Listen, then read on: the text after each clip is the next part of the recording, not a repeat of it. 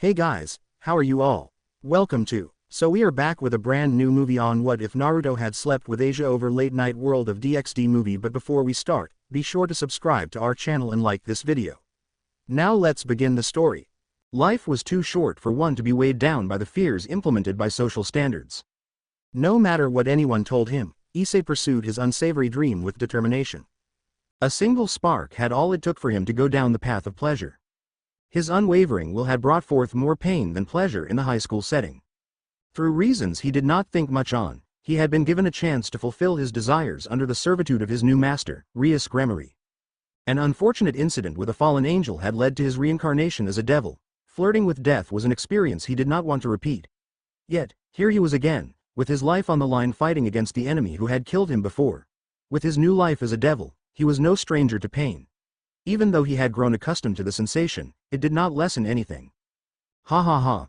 You can't beat me, Issei, the fallen angel Reynare sneered with a twisted smile plastered onto her features.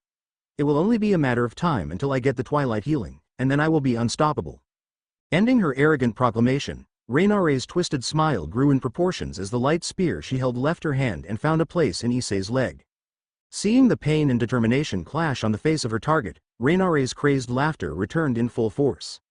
Simply catching a glimpse of Issei's expression was enough to bring forth a cry of ecstasy.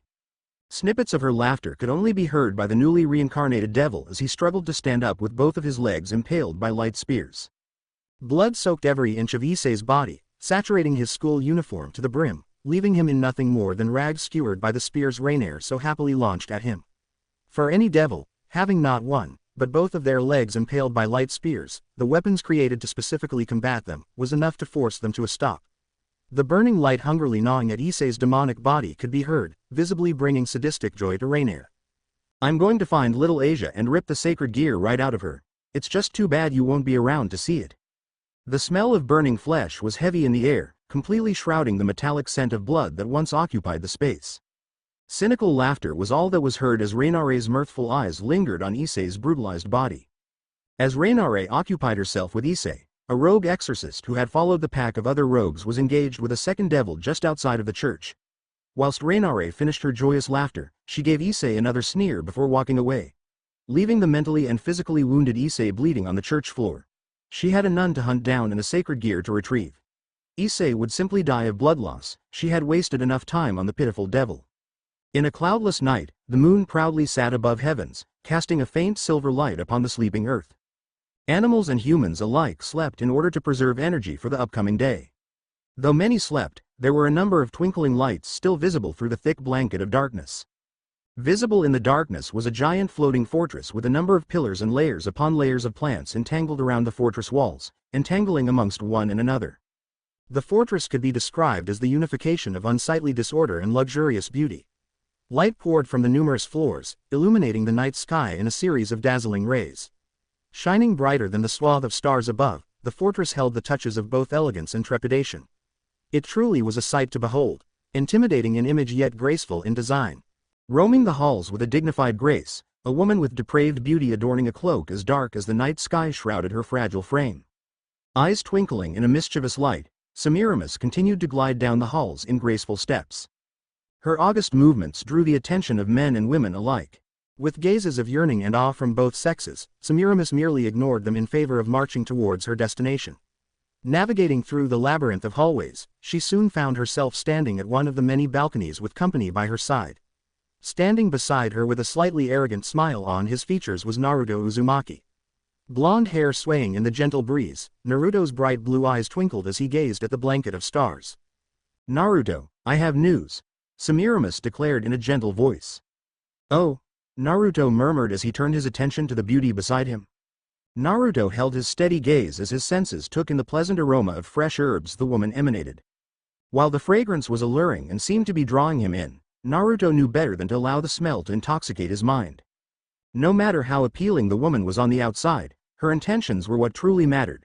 Semiramis was the reason Naruto's mind had been set in that way. The woman was an expert in utilizing her beauty to obtain her desires.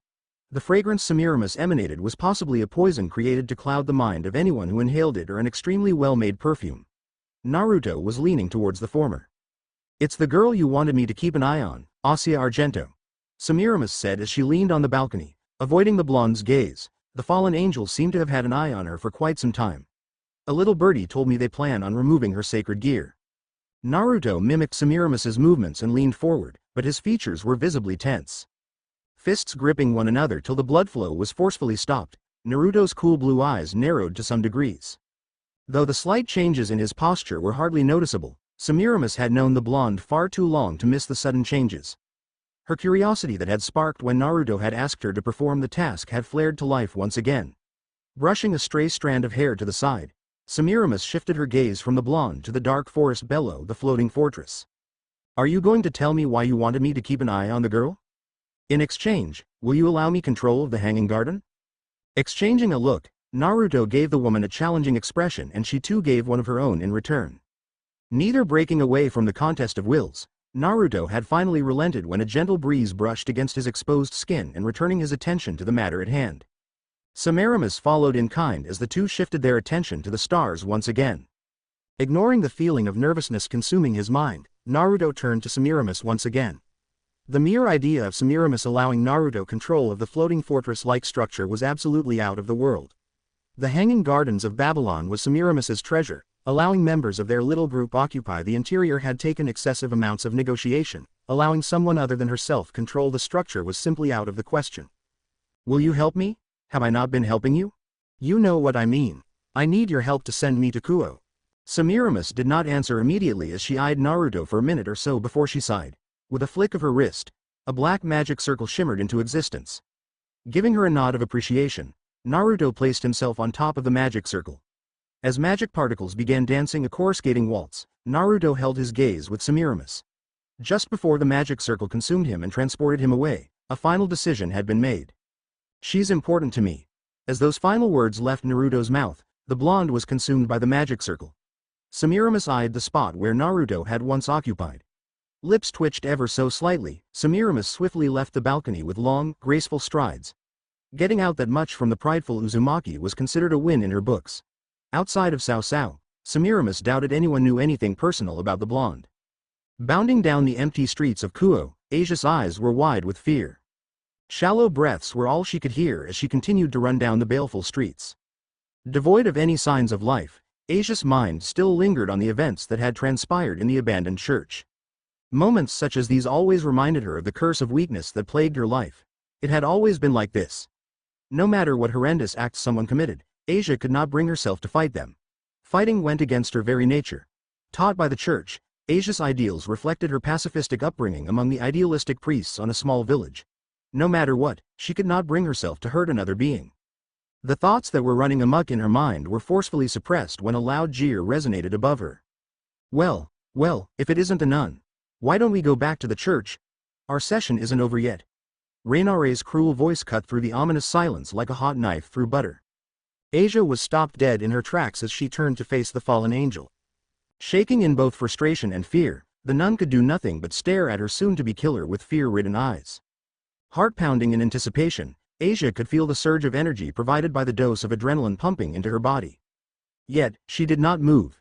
Even with an opportunity to escape the clutches of the fallen angel, she did not take it. No matter how she denied it, Asia knew deep in her raging heart, she could not escape. Issei had bought her time in order to escape Reinare and she had not gotten very far before the fallen angel had found her.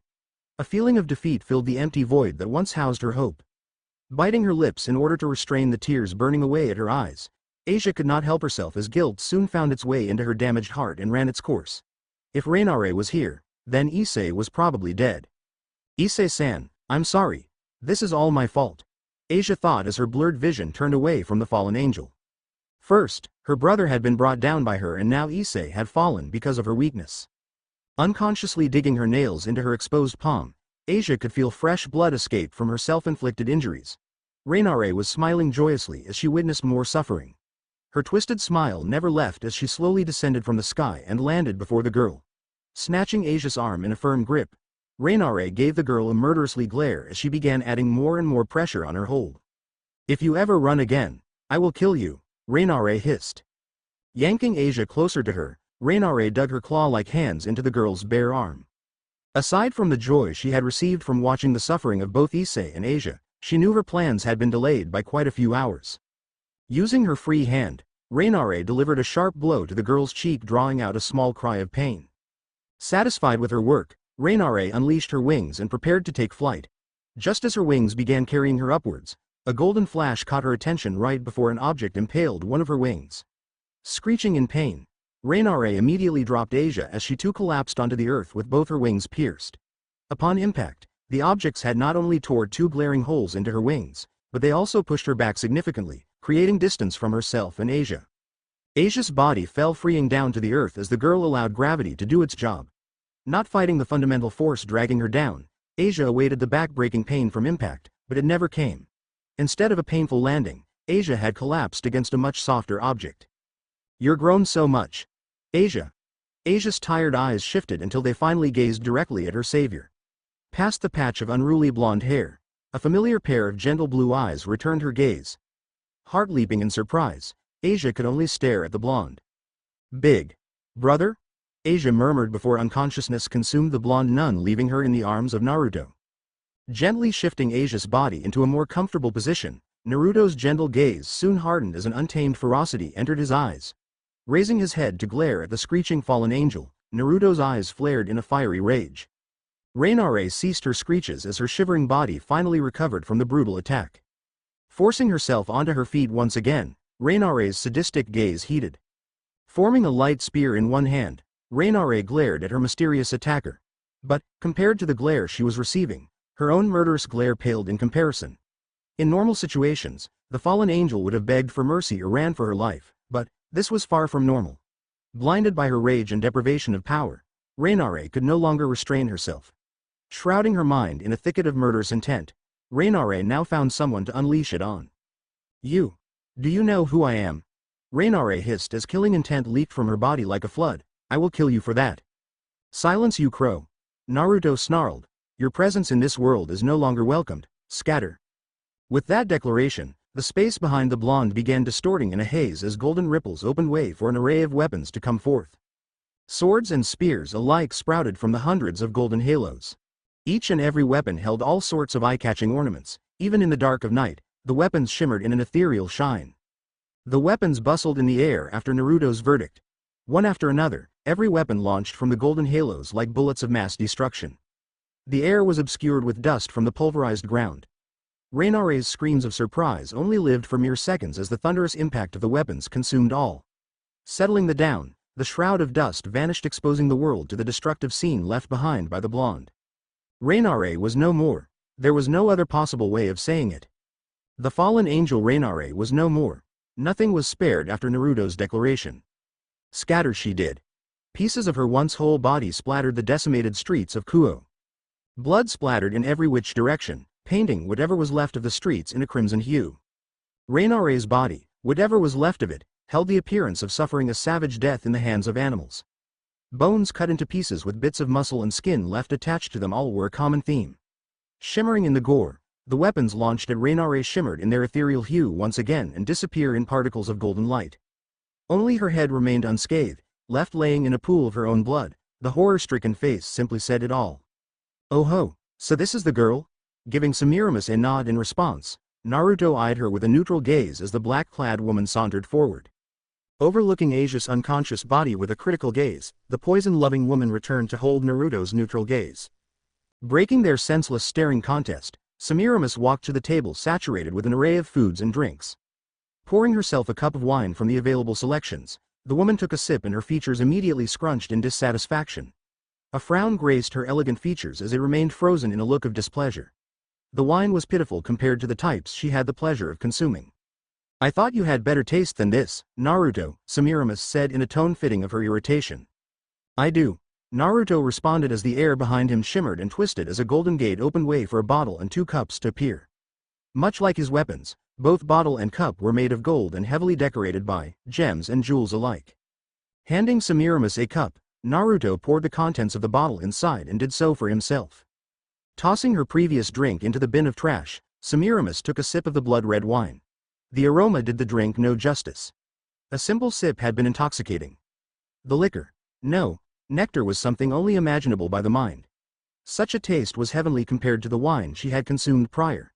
Neglecting her own facade of neutrality, Her frown had soon dispersed upon the taste of the divine nectar. "It seems, my selection is quite pleasing, no?" That snapped Semiramis out of her trance. Crumpling her lips together, she turned to Naruto and gave him a slightly irritated look. The arrogance lacing his own voice had been enough to spark a flare of anger. Yet, a part of her questioned the contents she had consumed with such vigor. Such a drink seemed impossible to brew by mere human hands. As a master in the art of creating poisons and brewing other forms of liquids, she could not point out a single mistake in the drink. It was as if it were made the gods themselves. It was a revelation that paved way for a new question in her mind. What is this made from? I don't human hands could brew such a drink. Whether it is weaponry or wines, I only have the best. You should have known this by now, Semiramis. There was that arrogance once again. Lips twitching in anger, Semiramis merely placed herself in one of the many seats left available and sent Naruto a silent glare. When it came to liquors and other forms of drinks, she had prided herself in creating the best. In a matter of minutes, her pride had taken a blow. Unwilling to let the strike go unapproached, she leaned into her seat and pondered on the contents her taste buds had been exposed to. The taste was heavenly yet indescribable at the same time. Without a proper flavor to compare the taste to, she was hardly able to point out any mistakes.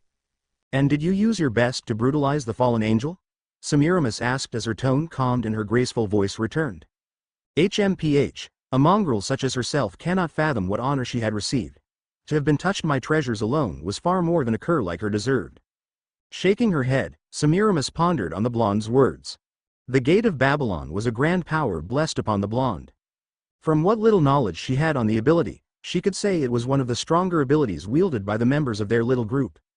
The ability to call forth what seemed like an endless array of weaponry. It was no wonder Naruto pitched the weapons like mere stones. Her only experience with the ability had been limited and thus her knowledge of it was scarce. There was only one person she could deem knowledgeable on it, yet he refused to answer her questions. If the girl is important to you, then why didn't you bring her in long ago? Naruto did not show any outright reaction to the question as he took a gulp of the drink in his hand. A scowl marred his features as his mind wandered. I refuse to bring her, involve her in our plans. For her own safety, it is best she did not affiliate herself with me. To complete my ambition, I cannot risk her when I embark on the path of blood. Nodding her head in acceptance, Semiramis quieted down. Neither spoke any more words as they enjoyed the pleasantries offered by the heavenly nectar. A series of knocks rang from the door and a servant entered. Lord Naruto, Lady Semiramis, Lord Cao Cao has asked for your attendance in a meeting, a servant said as he swiftly bowed to them both. Grunting in annoyance, Naruto walked out of the room, outright ignoring the servant. Giving him a graceful smile, Semiramis followed only steps behind the blonde. Inside a well-lit room, 8 seats placed behind a large circular table. With 6 of the 8 occupied already, 2 remained open for use. Flying proudly at the room's end, a banner of red and gold sat. A number of other decorations furnished the room, giving it a lavish outlook. Filling the seats were 6 unique individuals who all had varying expressions on the remaining members' absence. From annoyance to amusement, none of them had the same outlook on the situation. Time ticked away as a cloud of silence descended upon the group. None of them spoke as they all found a form of distraction to bypass the wait. Cao Cao, the leader of the hero faction, sat in silence. His messy black hair cascading down his head and his brown eyes shimmered in amusement. Though his eyes held amusement, it was masked behind a mask of indifference. As the leader of their faction, Cao Cao lived for order amongst the members. Yet, no matter how many times he preached it, Naruto and Semiramis both cared little for his rules and showed up only when they wished to. Next to him was Jean, a young girl who possessed a wondrous beauty limited only by the innocence brimming from her calm blue eyes. Unlike a few of the members who were descendants of heroes, Jean carried the spirit of her ancestor. Joan of Arc, her ancestor that now resided in her own body, providing her with the skills and abilities wielded by Joan long ago. Beside Jean was Siegfried, the descendant of the legendary hero, Sigurd. Adorned in a set of steel armor drawing attention to his snow-white hair, Siegfried's bemused blue eyes only shined on as time slowly ticked by without a conclusion in sight. Georg, a bespectacled young man with a patch of sloppy black hair and a pair of bored brown eyes, simply sighed in annoyance. Though his time was occupied by a book he had carried around, it did not stop his annoyance of the situation to grow. He had already disliked Naruto's lack of respect towards Cao Cao, and situations such as these only infuriated him further. The only one who did not really mind the tardiness of his fellow members was Leonardo. Though it was impossible to really tell what emotion Leonardo was really feeling, with an emotionless mask always on his young face, there was really no way of telling. The most vocal of his displeasure was Heracles. The descendant of the Greek hero Heracles, he was an extremely muscular man with choppy black hair and a permanent scowl marring his rough features. Growling at his wasted time, Heracles could only glare at the double doors in distaste. In no longer than a few minutes, the doors opened and Naruto walked in, followed closely behind by Semiramis. Neither of them even cared for the gazes directed at them. As they seated themselves in the remaining chairs, Cao Cao coughed into his hands and drew attention to himself. Eyeing all 7 pairs of eyes staring at him, a moment of silence passed by before the meeting began. With no one willing to mouth a word after the arrival of both Naruto and Semiramis, Cao Cao decided to take the initiative. It is time we make ourselves known. Roaming the halls of the Hanging Gardens with no real destination in mind, Naruto wore a look of annoyance as he sent a silent glare at his unwelcomed companion.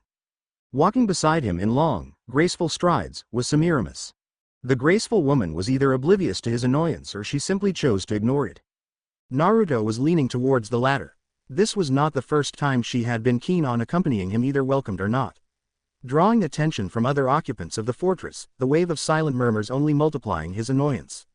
Perhaps it was the gnawing unease produced by his sister's condition that had ignited the aggravation swelling in his heart. Semiramis's persistence to accompany him did not quell the emotions pounding in his chest either. Bypassing a small crowd of occupants, Naruto headed straight for his chambers. It did not take long for a mischievous smile to play on her lips.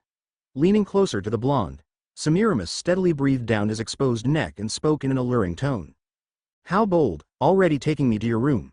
Ignoring her words, Naruto continued to walk past her without a single hint of acknowledgement toward her words. Semiramis's lips jerked into what looked like a pout. Shaking off the spark of annoyance, Semiramis's smile returned in full force. Perhaps it was the prospect of a challenge that had ignited a glimmer of excitement. Her first impression of the blonde had been less than satisfactory. His arrogance and dismissive of anything he deemed unworthy of his attention had been a factor in her annoyance. Yet, a part of her desired to break the permanent neutrality that adorned his visage. That could have been a possibility for her interest in the blonde. "Why do you follow Cao Cao?" Semiramis asked suddenly as she stared at the blonde in question. "I do not follow Cao Cao," Naruto replied with annoyance obvious in his voice. "I am merely working alongside him. As long as our interests align, I see no reason to make more enemies." "And what will you do when Cao Cao's interests change? Those accords he made, you did not favor them." "No matter what, I shall continue to pursue my goals."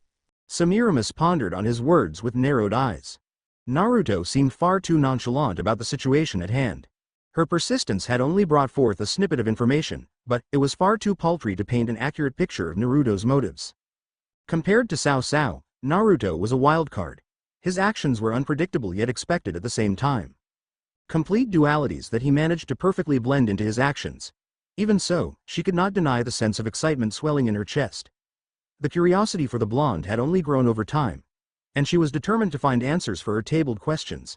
It did not matter if he ignored his comment about Cao Cao's newly formed accords. The goals, worked so desperately to complete, were far more interesting. The absolute feeling of elation was all Rizevim felt. His joyous emotion reflected on his maniacal laughter as it filled the cavern he occupied. Echoing throughout the dingy underground chamber, an overwhelming explosion of joy consumed his heart. Never in his life had he experienced such a feeling. By far, this was the most emotional he had been for as long as he could remember. Everything he had done was leading to this event. Now, with success just around the corner, the feeling of elation was not unexpected. Climbing an altar damaged by time, his eyes focused on a glimmer of crimson-red energy resonating from the distance. Running his hands against the century-old stone and caking his hand in the process, the twisted smile marring his pale visage widened. His laughter was crazed and unchained, a laugh filled with uncontrolled glee. Trailing behind Rizevim was his ever-so-loyal follower, Euclid Lucifuge. The super devil was far too occupied with his glee to have cared for his surroundings. Just over the horizon was the main component of his grand scheme. Laying on top of the massive altar was the beast that would bring forth a new world order. A beast so powerful, the biblical god himself had been forced to add extra seals over the existing set for safety. Trihexa, or more commonly known as 666, the beast of the Bible. The seals placed upon Trihexa were all forbidden seals which required a great deal of work to bypass. But, with the prospect of unstoppable might, whatever endeavor he had to endure would be ultimately worth it. Shattering the biblical god's forbidden seals would take some time, but the final seals placed upon Trihexa would be an issue. Reaching the altar's peak, Rizevim gazed upon Trihexa's sleeping form with waves of delight escaping his shaking form. Unlike many whom would shake in fear upon the sight of Trihexa, Rizevim's body shook in pure excitement. Even though Trihexa slept, an overwhelming force of ruinous energy absconded its form. Simply standing in the beast's aura was enough to draw forth a twitch of insanity in Rizevim's heart. Any normal human standing in its presence stood no chance of remaining sane. Sweeping away his fascination, Rizevim released another laugh. A laughter of pure insanity. No longer did the light of compos mentis linger in his eyes, deluged with euphoria. Rizevim simply stood there cackling before the apocalyptic beast. Lord Rizevim, is this it? Euclid managed to ask, is this Trihexa? The apocalyptic beast? Yes, Euclid, yes. Rizevim bellowed in his demented voice, this is the key to my ambition. This glorious creature you see before you will clash with Great Red himself. Once we awaken it from its slumber, the world will be mine. Euclid merely stood there with his mind racing. Though his unwavering loyalty kept him by Rizevim's side, a part of him questioned his lord. A beast as powerful as Trihexa seemed out of Rizevim's reach. A beast greater than Great Red himself slept before him, the same beast that his lord wished to control. The appearance of Trihexa had been enough to beat the breath right out of his chest. The dull black fur that shrouded its primate body shone in a musky light as the 7 separate heads of 7 different monstrosities with a crown of horns adorning the top slept soundly. Standing before it felt like he stood before the reincarnation of destruction itself. No, he was standing before the reincarnation of destruction. A feeling of the homicidal aura that eluded its slumbering form was enough evidence of the claim. My lord, what of the other seals? Euclid asked as he finally regained control of his senses, overcoming the mixture of awe and fear that had forcefully taken hold of his mind. Ah, yes. The seals placed upon Trihexa by the damned Uzumakis, Rizevim mused, if knowledge proves to be correct, there is one Uzumaki remaining. In order to destroy the annoying seal, a sacrifice is needed. For only the blood of an Uzumaki will awaken Trihexa from his century-long slumber. Will it be enough, my lord? Thousands of the clan had sacrificed their lives in order to create the blood seal. Will one be enough? If one is not enough, then I shall use the Holy Grail to bring back the ones that have died. No matter what, the Uzumakis are the key to our plan. The last Uzumaki shall be the one to awaken Trihexa. After his chaotic declaration, Rizevim released another insane chortle. The prospect of showering the Uzumaki built altar with their own blood was enough to bring forth laughter. The immense swirl that Trihexa had slept on would soon be painted in the blood of the Uzumakis. Anticipating the destruction Trihexa would bring forth when awoken was better than any drug. Thinking about it resulted in the shivers of excitement bubbling in his heart. My apologies Lord Cao Cao, but no one without Lord Naruto's consent may enter this room. Standing outside a room in the medical ward, Cao Cao frowned at the handsome man garbed in green robes who stood between himself and the door. A twinge of annoyance and anger ignited in his heart as the frown that marred his face only deepened. Seeing no signs of hesitance from the green-clad man before him, Cao Cao's impatience was beginning to show. The repetitive phrase uttered by the man only adding more pressure into his already growing frustration. Dearmood, stand down. I am the leader of the hero faction, not Naruto. I hold authority over the faction, not him. I will not ask you again, get out of the way. Cao Cao muttered with a savage wave of annoyance dripping into his tone. I cannot do that. My lord's orders comes before all others, the newly named Dearmood responded. Ignoring the growing frown that impaired the Longinus wielder's countenance, Dearmood's determination only grew after the comment made by Cao Cao. The lord ordered that no one enter the room without his consent. Even you, Lord Cao Cao. Dearmood's loyal declaration had only managed to fuel Cao Cao's frustration. Not only did one of his subordinates dismiss his orders in favor of other members, he seemed to be finding these actions more common. After Naruto's declaration of distaste over his decision involving the hero faction, more and more members that had loyalty towards Naruto became harder to control. Dearmood was one of the most prominent members loyal to Naruto. If any conflict were to break out between himself and Naruto, Dearmood was an obvious danger with his skill set and the unwavering loyalty that drove him forward. Cao Cao, what a pleasant surprise. Walking through the halls with a neutral expression and a tone that did not betray his visage, Naruto approached both of them followed closely by Semiramis. Cao Cao shook off his frustrated frown and replaced it with a smile, or what disfigured smile he managed to form with the negative emotions plaguing his heart. The issue that had been in the air had been tormenting the faction needed to be resolved. A conversation with Naruto would shine some light on the issue. Or perhaps add more fuel to the raging flames. Naruto. Cao Cao acknowledged with a nod. Facing the blonde, Cao Cao had eliminated his disfigured smile and an obvious frown took its place. Semiramis. Cao Cao. Semiramis greeted with her usual smile. Giving Semiramis a nod, Naruto returned his attention to Cao Cao. Semiramis, on the other hand, walked past them both and made her way towards Deermood. Acknowledging her with a nod, Deermood kept his gaze on Cao Cao. If need be, the ever-so-loyal man readied himself for an intervention. It was no secret that both men had clashing ideals when it came to situations involving the hero faction. A fight was keen to happen if words did not solve the issue at hand. Knowing Naruto and his lack of concern of issues that did not pique his interest, both Deermood and Semiramis expected a fight if Cao Cao sparked Naruto's anger. The need for privacy had directed both Naruto and Cao Cao into the less populated areas of the floating garden. With no exchange of words as of yet, Cao Cao was attempting to find a solution in order to appease Naruto and quell his distaste. The situation was dire. If Naruto decided to abandon the faction and leave, a good number of the members would follow him. Though a number of them Cao Cao would care if they stayed or not, a small group of Naruto's followers were indeed important to the fighting strength of the hero faction. Semiramis and Deermood were both candidates in that area. If they lost Deermood, Siegfried would be tempted to leave. Losing someone he deemed as his rival would be a driving force in that decision.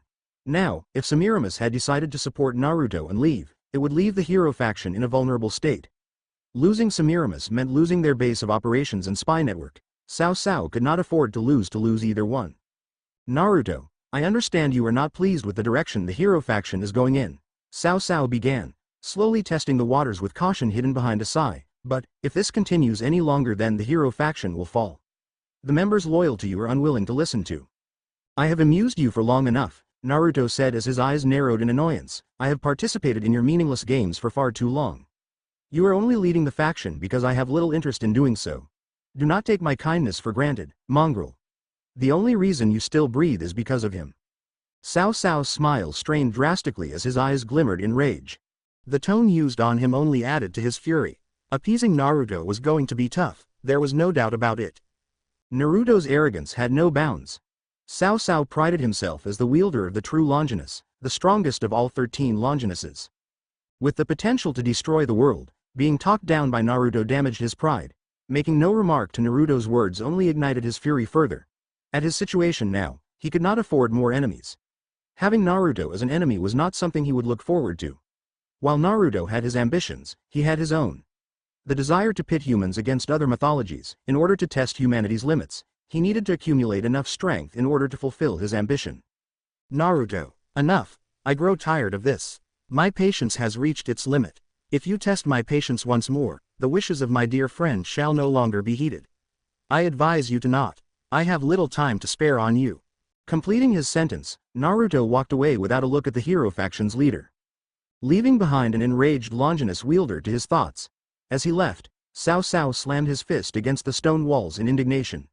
Eyes boiling in restrained rage, Cao Cao allowed the emotion to escape through the punches dealt on the wall. It was only a matter of time now. When preparations for his plan were made, dealing with Naruto would come soon enough. For now, he would play by the Uzumaki's rules. Then he would draw blood. Azazel stood over the destroyed streets of Kuoh with an analytical gaze piercing the shroud of magical energy surrounding the streets.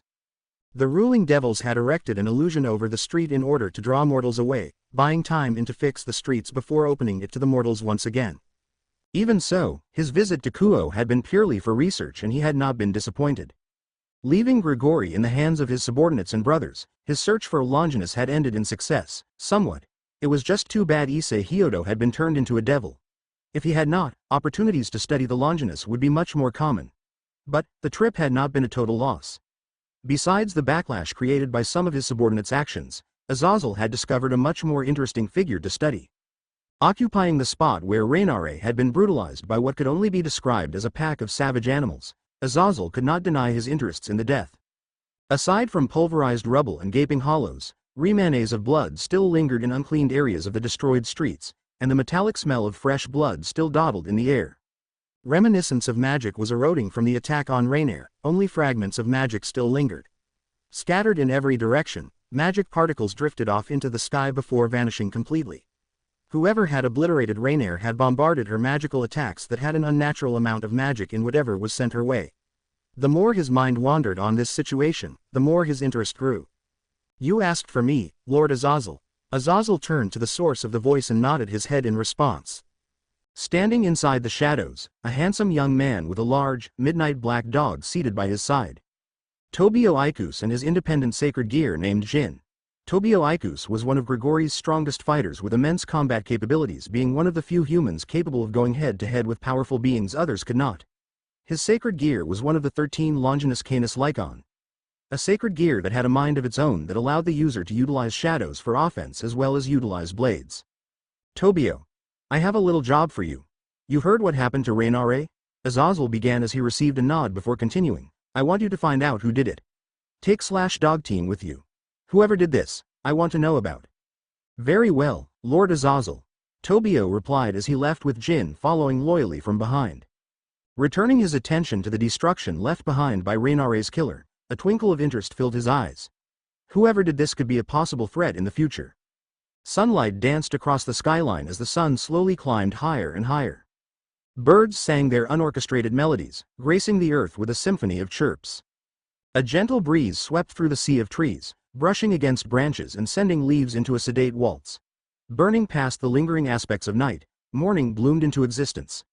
Awakening from their slumber, humans and animals alike began performing their morning rituals, keen on starting the day right.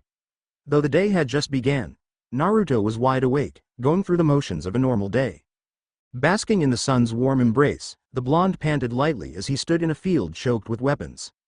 Swords, spears, pikes, axes, halberds, you name it, he had it. An arrangement of weapons surrounded him in a circular formation. Impaling the sword he wielded, Naruto exchanged it in favor of a spear. Effectuating a dance with the spear in hand, a second exchange came. Sheathing the spear into the earth once again, the blonde returned his attention towards other weapons he had yet to practice with. Owning an almost unlimited arsenal of weapons under his command, mastering every weapon was simply beyond him. A single weapon residing in his treasury had taken a single hero an entire lifetime to master. Sure, a number of heroes had managed to master more than a single weapon, but an arsenal of every treasure bestowed upon humanity, impossible. Yet, that never stopped Naruto from continuing his uphill battle. Every single treasure residing in his vault had a unique ability differentiating it from others. Mastery over a single weapon unlocked doors hidden to the tenderfoot. His ambition of slaying the apocalyptic beast required power. There was no way around it. Trihexa was the beast of the Bible, a monster so great that the biblical god risked his life in order to prevent whatever seals left binding it from eroding. With power that was said to outmatch Great Red, the dragon of dragons, it was beyond foolish to challenge Trihexa. Challenging it only brought forth a one-way ticket straight towards purgatory. Or however long one spent inside the underworld.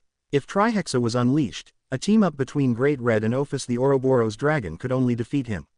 Even so, Trihexa's nature to destroy covered all. No matter if one was an angel or a devil, upon its awakening, all whom dwelled upon the world would die. Scattered into the vast emptiness that Trihexa would forge.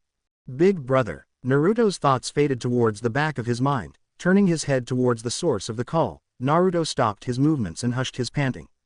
Regaining breath and eliminating the need to refill his supply of oxygen, Naruto calmed his nerves. Running towards him with a basket in hand, was Asia. Awoken from her traumatic slumber, the girl had rebounded quickly. Their first meeting in years had been short and lacked any real conversation between the two.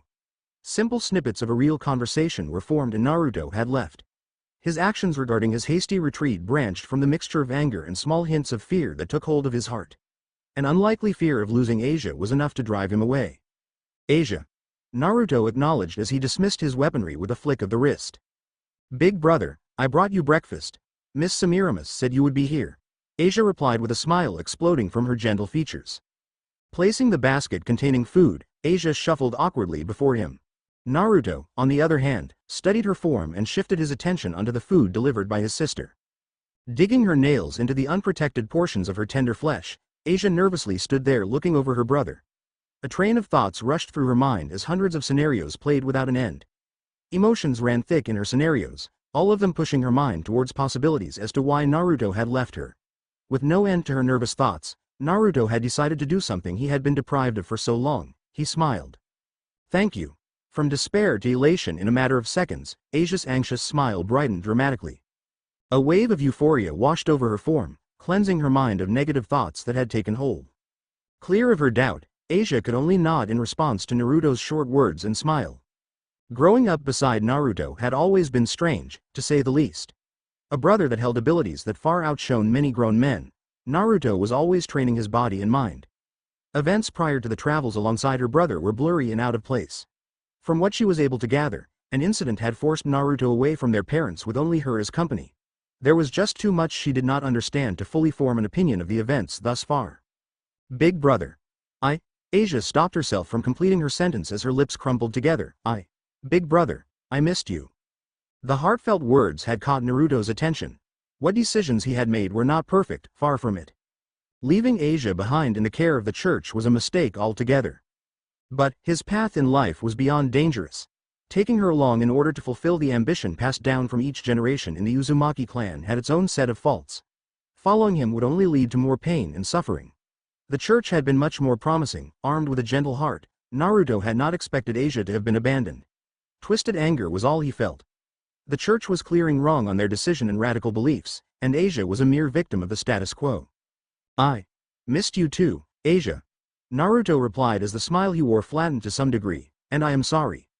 His sister suffered because of his decisions, an apology was the least she deserved. Asia's smile only widened after his response. Eyes blurry with tears of joy, Asia had wrapped her arms around Naruto and laid her face upon his chest. Naruto did nothing to stop her. He merely stood there, holding his crying sister. The questions that lingered in Asia's mind quelled. For all she cared, her brother was back. That was what mattered. The church had never seen it coming. A good number of churches under their command all suffered a fate condemned by their lord. Following a common pattern, none of the churches that had been attacked were left standing. All of them had been burned and the ashes that formed were scattered in the wind. Accounts of such attacks spread far and wide, all of them following a similar pattern as witnesses declaimed what they had seen or heard. Terrified screams, followed by the blood-choked cries and then, silence. As fires were set upon the churches, death lingered in the eerie silence. Lord Dulio, you must not act so carefree. Our churches have been attacked by an unknown enemy. This no time to act so. Dulio Gesualdo, the strongest exorcist to ever grace the ranks of the angel faction, never cared for situations such as these. Lax in nature and compassionate as a fault, Dulio already knew the reason for the attacks. All of the churches guarded an Excalibur fragment. The attacks could simply be brushed off as attempts to obtain all the fragments. But there was a hole in that theory. Another church that had no association with the Holy Sword met the same fate. It did not take long until realization dawned. Dulio now knew the motive and individual whom had ordered the attacks. The feeling of sadness and pain clutching onto his heart, refusing to let go, did not help either. No need to worry, Dulio declared rather lazily, I will handle this myself. Upon his declaration, Dulio began ushering the undesired guests out of the room. Slamming the door behind him, Dulio's slipshod smile dropped. Visage wan with emotional pain, the strongest exorcist walked across his luxurious room and looked out the window. A small, agonizing smile marred his features as Dulio looked off into the distance. Is this your doing, little brother? Is this your message to me for failing to protect Asia? Destruction, pure unmatched destruction was only visible in the distance. Everything had been annihilated, leaving behind only the eerie silence of loss. Death lingered in the dingy air as dust clouded the heavens, blanketing over the rubble of a once graceful village. No signs of life remained in the ruins. Tendrils of blood stretched far and wide, bodies littered the bloodied ground. The unsavory clash of blades rang clear in the silent ruins, echoing throughout whatever remains of the villages were left. A group of crimson-eyed men surrounded a single woman standing amidst the hostile group. Tied into a ponytail, the woman's unruly blonde hair swayed under the gentle wind. Sword in hand, the woman's regal features remained calm as a slight smile played on her lips. The woman's brutish blue eyes scanned each and every one of the hostile opponents with little interest, escaping the ocean blue orbs. Growling in outrage, the men, no vampires, circled around the woman in hopes of locating an opening for an attack. No matter how uninterested her outer appearance looked, a dragon rested beneath the fragile outlook. Mordred Pendragon was many things, and defenseless was not one of them. As a descendant of the traitorous knight, she had inherited the natural talent of a swordsman from her ancestor. Combating her at close range was suicide. Unless an individual's skill was equal if not greater than an adept swordsman, surviving the clash of blades was nigh impossible. With only a few swordsmen at their disposal, the vampires were at a tight end. If any of them broke off from the circular formation, Mordred would gain an opportunity to escape the encirclement and strike them individually. Filthy human, die. Shifting her attention onto the speaker, Mordred gracefully dodged a slash aimed at her being. Dancing around a number of slashes, Mordred quickly brought her own blade forward and sank it into her attacker's exposed stomach. Yanking the blade free of its target, the Pendragon grunted in annoyance as more and more vampires flooded the field. Swiping for blood, a few vampires chose to engage her in close combat whilst others blasted her with magic bullets. Neither of the attacks nor magical bolts managed to land a hit, swaying past attack after attack with the agility of an cheetah and the grace of an eagle. Mordred danced past the attacks with relative ease. With strength unexpected from such a petite frame, Mordred swung her mighty two-handed blade, seeping the barren ground with the blood of her enemies. Motivated by the cries of pain, Mordred charged and split a second vampire in half. Forcing her blade past the layers of muscle and bone, Mordred's endeavor ended when her once beautiful silver blade escaped the vampire's body and splattered droplets of blood onto the remaining bloodsuckers. From horror to fear, a series of emotions bypassed the enraged masks that her attackers wore, leaving them in a small state of shock. It was all the time she had needed. Rushing forward with her menacing blade in tow, Mordred sheathed her blade into the bodies of stunned vampires, leaving a few others to cry out in surprise. Silencing the remaining vampires and splattering muscles and blood in every direction. Flicking away a string of blood, Mordred sheathed her mighty blade and observed her handiwork with a tiresome gaze. The job had been complete. Wiping out the vampires that had bypassed their territory, Mordred no longer held any obligation to remain in the unsavory forests of Romania. Littering the earth with vampire remains was not exactly her ideal mission, but it was better than staying inside that godforsaken fortress dealing with Semiramis. Well, I can't have you slaughtering the members of my faction now, can I? Turning her head towards the origins of the voice, Mordred narrowed her eyes upon sight of the speaker. Doll-faced and eluding an aura of self-importance, Marius Tepes stood in the shadows with a respectful smile adorning his fragile features. Grabbed in robes fit for a king, Marius gave Mordred a mocking bow as he continued to smile. Masked underneath his pleasantry, Marius continued to study Mordred with a glimmer in his crimson eyes. It was no secret that Marius was not as pleasant as he portrayed himself, far from it. Cruel and manipulative under his smile of friendliness, Marius was never an honest individual, willing to do whatever the cost in order to benefit himself. HMPH, you will be cut down just like your men, Mordred declared, allowing her annoyance to seep into the tone of indifference. If you challenge me, even the pact you have made with the Chaos Brigade will not save you. Quite arrogant of you, Mordred. Marius never finished his sentence as a soaring blade impaled itself inches away from his head and sheathed itself into the trunk of a tree. A snarky laughter filled the silent forest, followed by the crunch of stone. Launching herself from the ground, Mordred had shot towards Marius whilst leaving behind an interstice of destroyed earth. Retrieving her blade, Mordred made use of the surprise generated by the sudden throw of her blade. Aiming for Marius's head, Mordred worked hard as her attempts at beheading the vampire increased, with every slash forming a shallow cut on the agile vampire. What are you doing? Oh, I was ordered by Uzumaki to kill all the vampires. You just happened to be one. Unrelenting with her pursuit, Mordred's smile widened upon every cut she dealt to the doll-faced vampire. Kicking him to the ground, Mordred's smile widened when she had foiled his attempt on casting a spell. Simply breaking the caster's concentration would suffice. Instead, Mordred had done a far greater deed. Removing the Marius's arm, a wondrous cry of pain escaped the vampire's lips as he clutched the newly formed stub. Attempts of quelling the raging flames only ended in failure. Mordred continued to watch the display with a brutish smile playing on her lips. We'll be back to collect the Sephiroth Grawl. Next time you get in the way, Uzumaki will kill you. The gathering of clouds just about the Hanging Gardens continued in a leisurely pace, swirling into a single blanket of darkness containing droplets of would-be rain inside. Situated inside his room, Naruto seated himself behind a large desk adorned with wondrous decorations and a single chest set placed before him. Holding onto a night piece, Naruto merely gazed at the darkening sky in contempt. All the pieces were gathering. The time to act would be upon him soon. All plays were in need of an opening act. Slamming the knight onto the board, a glimmer of thought flushing his features. My lord. Storming into the silent room, Dirmud's worry-filled tone snapped Naruto back to reality. Setting a steady gaze on the ever-so-loyal knight, the blonde beckoned for him to speak with a wave of the hand. There was no need to reprimand Dirmud. The man knew better. The situation was either dire or important for such an intrusion. Depending on the revelation, forgiveness would vary. Knowing Dirmud, there would be no need for a punishment. Lady Semiramis and Lady Asia have left the Hanging Gardens, Dirmud announced whilst performing a bow of his head. To where?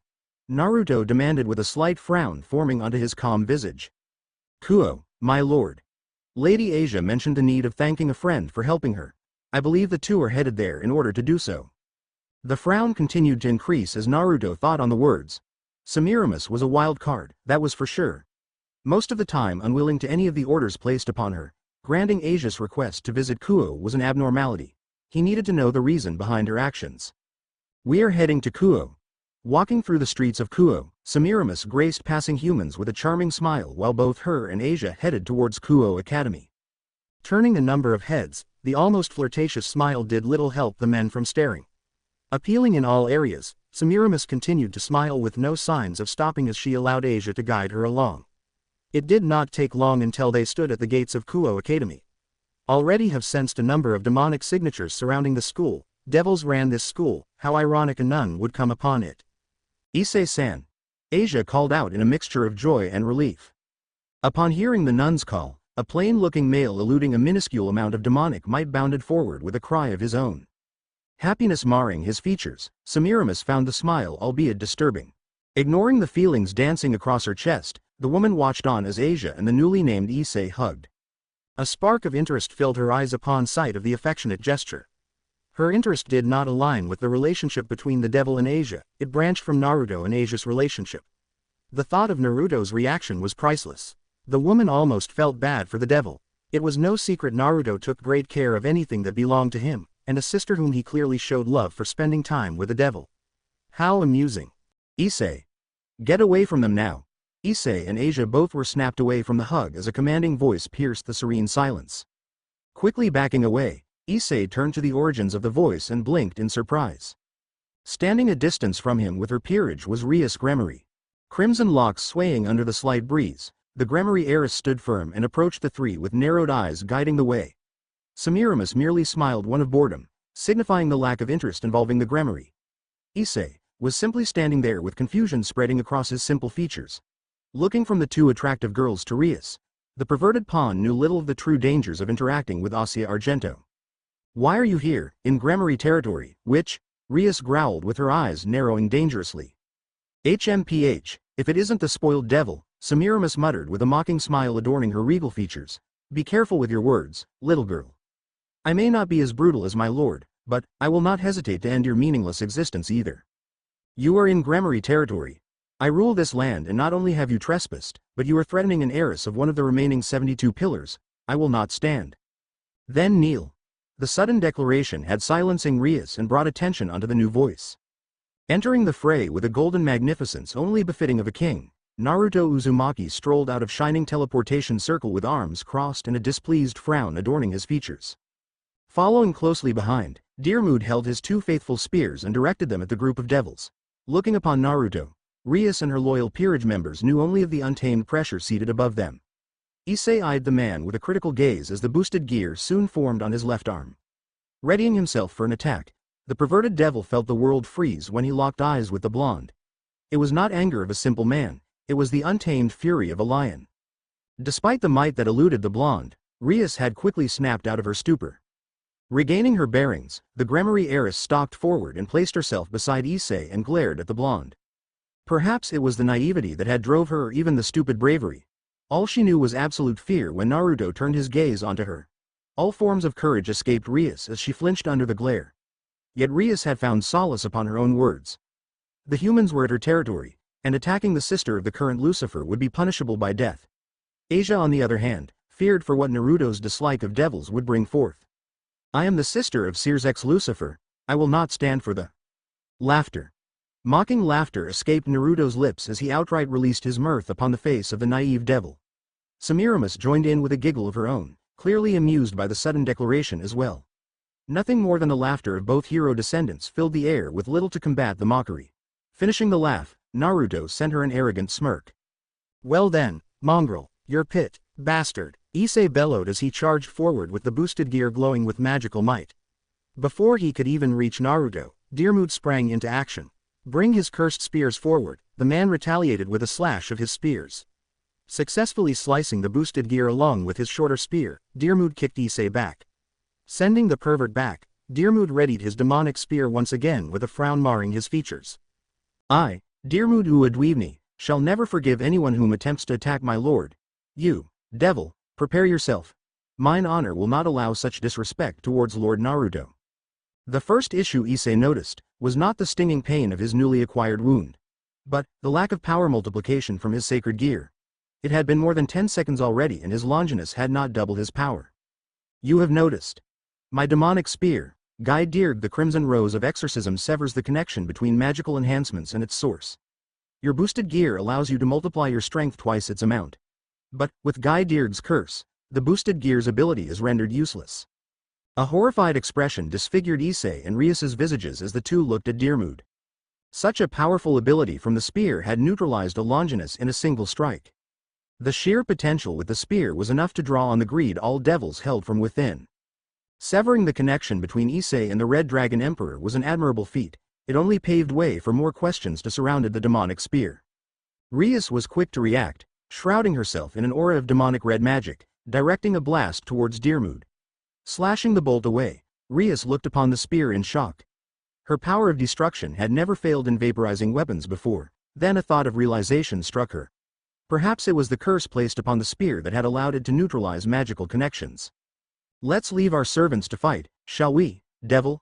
Naruto mused whilst calling forth the gate of Babylon, showering the space behind him with a sea of weaponry. If you wish to fight so much, then I shall grace you with my presence. Bounding forward, Asia shook off the moments of fear and approached her beloved brother with confidence exploding upon her visage. Placing herself between him and Rias, the blonde nun drew looks of curiosity whilst she stood before her brother with defiance obvious in the actions performed. Semiramis marveled at the girl's willingness to face Naruto. The latter's legendary anger resulted in the deaths of many individuals that had disrespected him.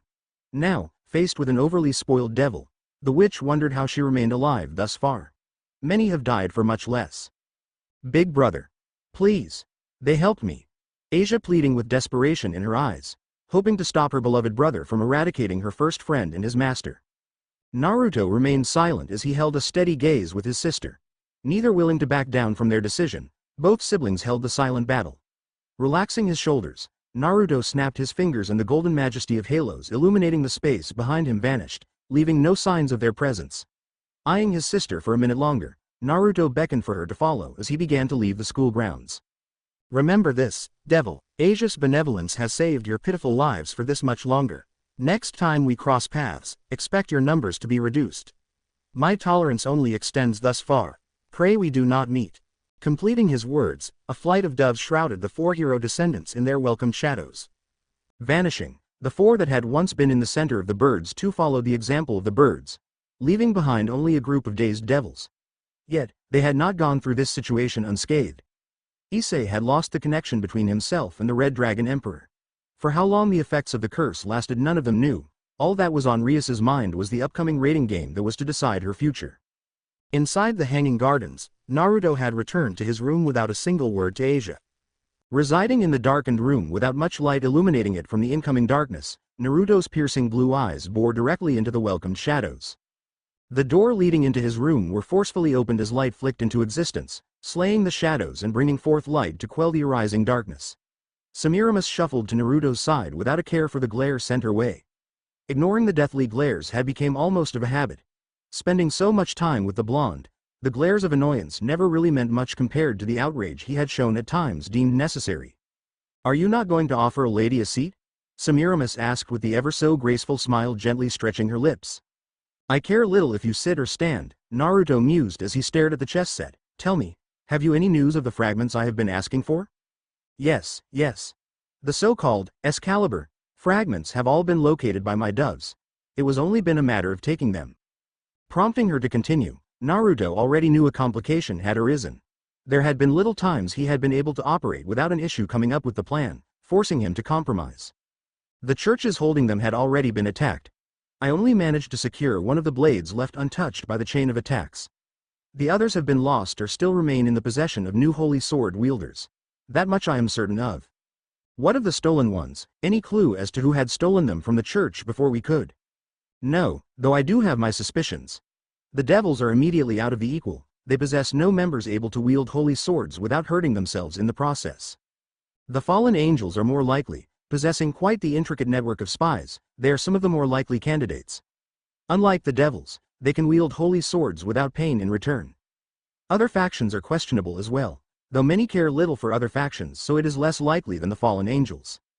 Very well then, I want the blades found. Semiramis merely smiled in response, finding comfort in the soft cushion she sat on. With the conversation dying down, the witch decided to have her fun. Leaning forward, Semiramis eliminated the distance between their faces to a paltry number of inches. Even though they were inches apart, Naruto kept his calm demeanor.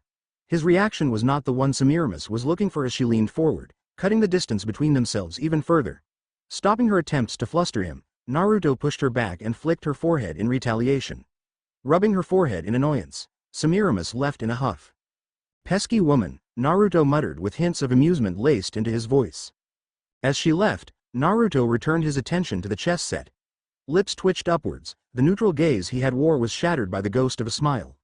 Undeniably so, the smallest hints of a smile played on his lips. Though he would not admit it, the Uzumaki found her attempts quite amusing.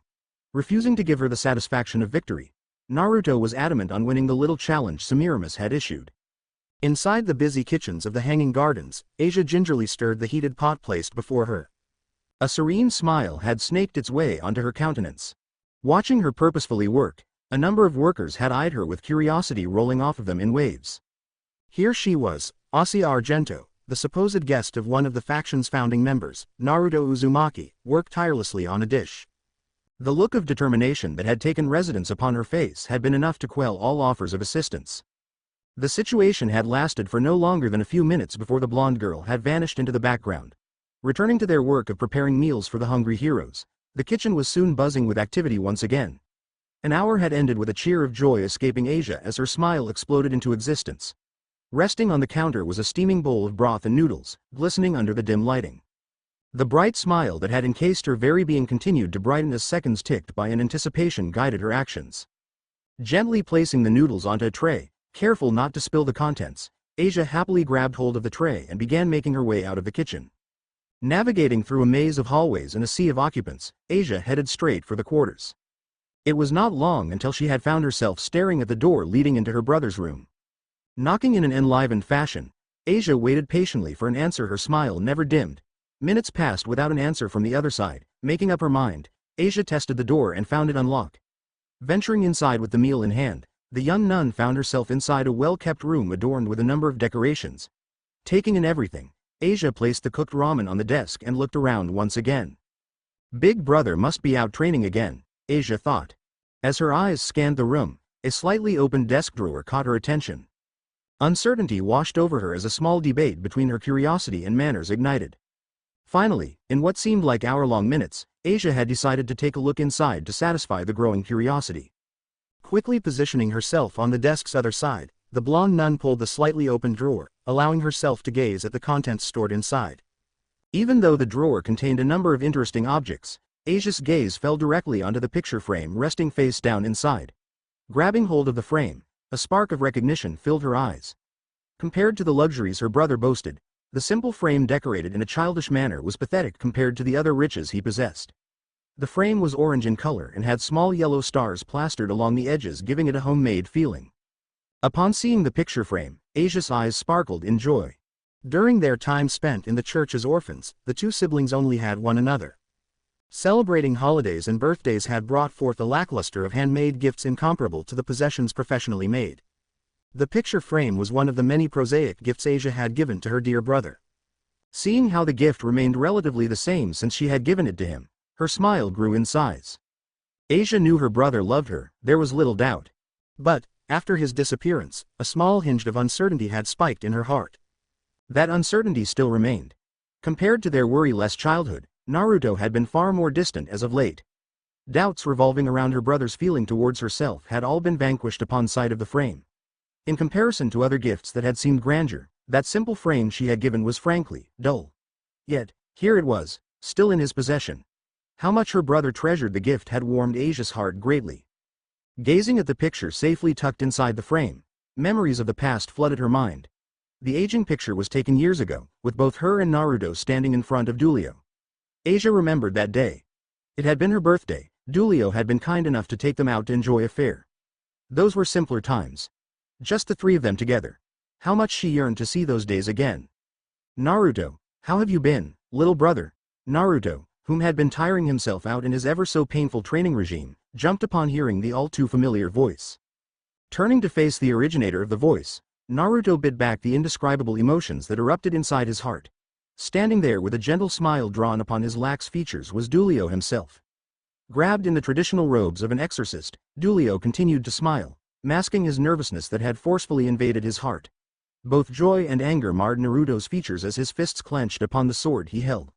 How Dulio had managed to find him was an immense breach in security. "What are you doing here, Dulio?" Naruto finally asked with his emotions kept at bay. "For 2 reasons, Dulio responded as he calmly walked through the maze of weaponry, to apologize for my inability to protect Asia. And to ask you to stop pursuing your foolish goal. Leave Trihexa alone. The beast cannot be slain without the powers of both Great Red and Ophis. Facing it is comparable to scaling a never-ending mountain." Anger flared to life as Naruto attempted to rein in his emotions. The attempts were vain. The explosion of both anger and frustration had come in the form of words. "Then I will find another way. Weren't you the one who taught me hard work and determination could accomplish any goal? The Uzumakis, my family, have been hunted down for centuries. With our blood being the only key to awaken Trihexa, we are the targets of both good and evil. Those that wish to force Trihexa to sleep forever and those who wish to awaken it. I have to kill it, even if I die. Without Trihexa, the Uzumakis no longer have to suffer." Dulio flinched at the words. Using his own teachings against him. Even so, it did not stop his own frustration from expressing his view on the situation. "Then what about Asia? If you die, then what about her? I can't just let you throw your life away. We have been through far too much. Think about her, would you? How would she feel if you died?" "I am thinking about her," Naruto bellowed. The blade he held onto shivered under his intense grip as the clash of ideals between brothers began. "Asia's life was entrusted to me. For the future of the clan, for her future, I have to kill Trihexa. She already suffered enough being an Uzumaki." Dulio stamped both his feet in frustration and anger. What Naruto spoke was true. The Uzumakis had been hunted down to near extinction for uncontrollable reasons. Possessing Uzumaki blood already painted a target on one's back. The mindset of many wished for the death of all whom possessed Uzumaki blood. Be it child or adult. If no Uzumakis walked the earth, then the blood seals placed upon Trihexa would forever remain in place. Giving no chance for people whom wished to awaken it a chance to do so. That was how Dulio had found the two. He could still remember it. Coming off as an exorcist in training, Dulio had found the 2 siblings huddling inside a ruined fireplace. Their village had been wiped out, family, friends, elders, neighbors, all gone. That was when he had taken them in. After all, fellow orphans had to stick together, right? "My lord, I will be taking my leave." Dulio stole a glance at the approaching figure and relented with a sigh. Giving Naruto one more look, the exorcist retreated into the woods, feeling much worse than he had felt before the talk. The attempt in talking Naruto out of his outrageous plan was for naught. Opportunities would still arise. If they did not, he would make opportunities. For now, he would leave. A fight was unnecessary between the two. Naruto acknowledged the haunting words with a nod. The explosion of anger had left him emotionally taxed. Yelling at Dulio, someone he had looked up to for as long as he could remember, was not a pleasant experience. Sure, the two had tussled. What friends didn't? No, this was different. It was the idea of fighting Dulio that had been the real pain. To bring himself to fight his friend, the one whom had taken him in and taught him of the world. Yet, none of it had affected his determination. In fact, it had only strengthened it. Rizevim was in a joyous mood. How could he not be? With all his plans and schemes falling into place, there left plenty of room for pleasure. With a sickening smile twisting his pale features, and a glass of blood-red wine situated in a hand, the son of Lucifer sat upon an extravagant throne. Inside the lavish room, the throne, like all others, was built to draw attention towards it. Decorated with gold and other forms of precious materials, it could only be described as grand. For decorative purposes rather than necessity, imposing stone pillars stood dignity like sentinels. Beside him, with a tray which a bottle of wine sat, Euclid stood firmly beside his lord with his unmatched emotion-free expression. Filling the room with sickening laughter, Rizevim conveyed his happiness through a lengthy laugh. "My lord, is it not best to dispose of the bodies?" Euclid asked. "Oh, don't worry so much, Euclid. Worry is bad for the skin," Rizevim cheerfully responded with a wave of the hand. "Have Marius handle it. Enjoy yourself, Euclid. My plans are almost complete." Euclid relented and returned to his former action. Unwillingly spread across the grand floor, bodies of various vampires littered the Polish ground, oozing out profound amounts of blood. Killed in unimaginable ways, the bodies were left there by ever so cheerful Rizevim as he enjoyed the pleasantries offered by wine. Inside Tep's castle, a ritual was currently in the works. Valerie Tepes, the current wielder of the Sephiroth Graal. To make contact with the principle of life, in order to proceed with his plan, to awaken Trihexa, the dead needed to be brought back to life. The necessary conditions had to be met, to awaken the apocalyptic beast. It was comparable to waging war against the world. He was in need of a force to complete an ambition he had worked tirelessly on. Euclid, is the Sephiroth Graal ready? No, my lord. Marius is still working on the extraction. Rizevim responded with a nod of his head. Nothing could ruin the joyous mood now. Everything was going according to plan. All he desired now was the blood of an Uzumaki. That could easily be acquired. He simply needed to slaughter a few more humans, get the last Uzumaki's attention and then kidnap him. Easy. Though the only issue would be the hero faction that he currently headed. Though Cao Cao officially ruled over the hero faction, it was no secret Naruto Uzumaki held a massive amount of influence over the faction. With a large number of supporters backing him, a struggle for power between the two would soon come to life. If he played his cards right, Rizevim could secure the help of Cao Cao and the Uzumaki.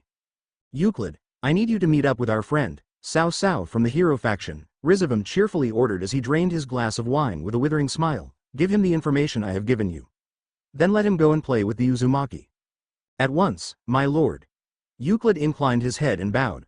Forming a teleportation circle with a flick of his wrist, Euclid proceeded forward and left Rizevim to enjoy his wine. Mordred grunted in annoyance as she walked the halls of the Hanging Garden with a scowl marring her features.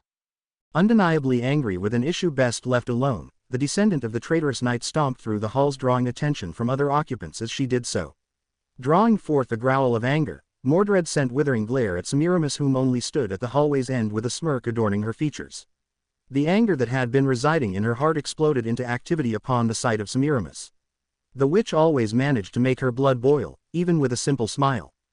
Oh, Mordred, how nice of you to arrive tardy again, Semiramis tutted with her smile widening when she caught sight of the anger influencing Mordred's actions. Naruto is going to be very pleased.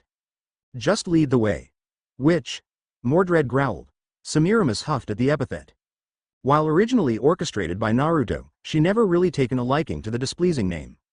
Preferring something more beautiful in comparison to her unsavory nickname, Semiramis never lived down the name as others continuously reminded her of the unlikable name. Though the usage of the name only came from either Naruto or Mordred, having someone such like the descendant of the traitorous knight use the name only angered her. Perhaps it was the annoyance for the woman she had grown during their time together, or perhaps she simply desired to tease the young woman out of boredom. Proceeding forward, an illusionary wall that had sat at the hall's end, shimmered out of existence, allowing both women to bypass the reassurance. Placed behind the illusionary wall was a door, leading into a room built specifically for meetings best left in secret. Beckoning for her to follow, Semiramis ushered Mordred inside the room and cast a swift illusion with a flick of the wrist. There was no need for anyone to find out about the events of this meeting. Information exchanged in these secretive gatherings was not for everyone. Killing someone for hearing anything would be a shame. Inside the dimly lit room, Naruto sat at the far end with Deermood situated beside him with a stern expression set in stone. Among the gathered members, Avabran, a tall man garbed in fully bodysuit along with a blue mantle, a featureless golden mask shrouded his face, preventing anyone from looking upon his face, was present. An immediate reaction came from Mordred, with a raised brow, seated herself far away from Semiramis and turned her confusion onto the other members. Meetings such as these were filled with more than 5 members, thus leading to the birth of a question. The other members are away, Naruto said as he answered the unasked question. Citing the odd look sent by Mordred, Naruto held back a snort of amusement whilst scanning the gathered members before nodding his head in acceptance. Now, since everyone is here, let us begin. Confirmation of consent by the various members were in various forms. A simple nod from Avabran, a flirtatious smirk by Semiramis, and lastly, a grunt from Mordred. A final glance was sent to every member before Naruto relaxed in his seat, in preparation for the meeting ahead. Motioning from Semiramis to begin, the witch merely smiled before gathering the attention onto herself with a cough. My doves have learned of a meeting between Cao Cao and a devil, Semiramis began. Glancing at the neutral expressions sent her way, the witch continued, though I was unable to listen in on the entire conversation, I have more than enough information to conclude their actions. The devil had a proposition from his master. A mention of cleansing the hero faction was said by Cao Cao. TCH, that bastard. Mordred snarled with distaste lacing her voice, we can't just sit here. If he wants a fight, then we give him one. As expected from a brute such as yourself. Waving that sword of yours without any thought. You damned witch. Shaking his head with a sigh escaping his lips, Naruto watched on as the two battled it in a fight of words. With snide remarks from Semiramis and cheap insults dealt by Mordred, it was beginning to look like every other verbal spat the two participated in. Beckoning for Deermood to break up the fight, Naruto entangled his fingers and leaned forward onto the table in an attempt to hide the amused smile playing along his lips. Once Deermood had regained control in the room, Naruto forced his smile to die down before he garnered every occupant's attention. As you can see, Cao Cao has aligned himself with the devils. There is no escaping the fight Cao Cao is preparing for. That is why I asked you all here. I want to push our plans ahead of schedule if possible, Naruto said, allowing the words to sink in before continuing. Rizevim, I need to know how many golems you have created. Rizevim, the member whom had remained silent the entire time, acknowledged the question with a nod before speaking in a voice filled with neutrality. The gogmagogs you asked me to reproduce have been delayed. I am currently studying their magic enchantments made by the ancient gods. Though the progress is slow, the other golems have been coming along quickly. I managed to reproduce 400 of them so far. A pleased smile crossed Naruto's as a nod of both gratitude and acceptance was sent towards Rizevim. Accepting the talented magician into his ranks had been a very beneficial decision. Rizevim, the descendant of Solomon ibn Gabriel, had inherited not only his ancestor's Latinized name, but his work as well. Studying the vast amount of knowledge his ancestor had managed to accumulate, Rizevim had been keen on continuing the research of Solomon. The ultimate goal in creating the golem of all golems had been left incomplete, and thus Rizevim worked tirelessly in order to complete the ultimate golem. Finding work under Naruto had been an opportunity that had been beneficial to both parties. While Naruto provided him resources and protection, Rizevim in return provided Naruto a vast number of destructive golems. Semiramis, what about the fragments? I found them. The fragments had been stolen by a rogue exorcist by the name of Fried Selzen who now works under the priest Valpyr Gallier. The only fragments left are wielded by two church exorcists. Zenobia Quarta and Irina Shithu. None of them pose a real threat to our members. Good, I want them found. And lastly, Mordred. Is the Sephiroth Graal ready for extraction? Yes, but that bastard Marius made another deal with the devil. They are probably extracting the sacred gear at this point. Mordred scowled with displeasure marring her features. Tep's castle is under heavy fortification and is filled with vampires. It's going to be hard to get the Sephiroth Graal, Uzumaki. Naruto frowned at those words before a look of realization crossed his features, bringing forth a smile. Turning to Mordred whom looked pained with her bruised ego, Naruto's mind was already racing. Marius had never been reliable. Denying them of the Sephiroth Graal was an obvious declaration of war. Then storm the castle, Naruto declared, drawing raised brows from every member. Since Rizevim has been so kind to provide us with a small army of golems, we will use it to regain what was promised to us. I want you to take 20 golems with you to sack Tep's castle. Directing the order at Mordred, Naruto watched as a sinister smile arose from the ashes of the scowl. The prospect of gaining revenge on Marius was enough to draw her in. To sack an entire castle, that was an opportunity that was scarce in a lifetime. Accepting the orders wholeheartedly, Mordred pondered on the possible outcomes with the smile still in place. That smile she wore only fell when Naruto's next sentence became audible. Semiramis, I want you to assist her. If they have not finished extracting the sacred gear, do not let them. I can handle this alone. Uzumaki. I don't need help from the witch. Mordred scowled with anger burning into existence. My decision is final. The two of you will work together. Mordred growled in defeat as she saw the determined gaze sent her way. When it came to decisions, Naruto remained stubborn as a mule. Unwilling to back down at some of the worst situations, the descendant of the traitorous knight honestly could say arguing was useless. Semiramis took the orders with a smile, though the smile held traces of annoyance. Mordred and Semiramis working together was going to be a sight. If they were able to work together, a dangerous combination they would become, that is if they did not kill each other before attacking Tep's castle. Naruto had finished the meeting with relative ease after the orders had been issued. Though a few amusing spats between the two females had ignited, nothing of importance had been dabbled on. Heading for his room with intentions of rest, Naruto had found company along his path. Asia, who had been in a hurry to reach Naruto's room, cursed her luck with a mouth unsuspected of a nun. Having ran into Naruto during her dash for the other blonde's room was an ending to her attempt in recovering the now ruined ramen. Unable to predict his return, Asia had left the ramen there for the blonde to eat when he had returned. With no signs of his return, Asia had realized the dish she had created was now ruined. Asia, what are you doing here? Naruto asked with a raised brow. I wanted to spend more time with you, big brother. Asia shouted through a rush of thoughts. It only took a second before realization dawned upon the nun. Clasping her hands over her mouth, Asia froze with her blue eyes enlarged in shock. The random thought had been sudden and desperate, though it held some form of truth. Naruto eyed his sister closely before a sad smile twisted into existence. Accepting her brash answer with a second smile, Naruto guided her forward as the words Dulio had spoken returned. Focusing on the statement made by the strongest exorcist, Naruto had completely encased himself around the possibilities if his plans were to be fulfilled. Big brother. Are you okay? Oh, I'm fine, Asia. Shaking away the thoughts, Naruto entered the room not before giving his sister a confused look.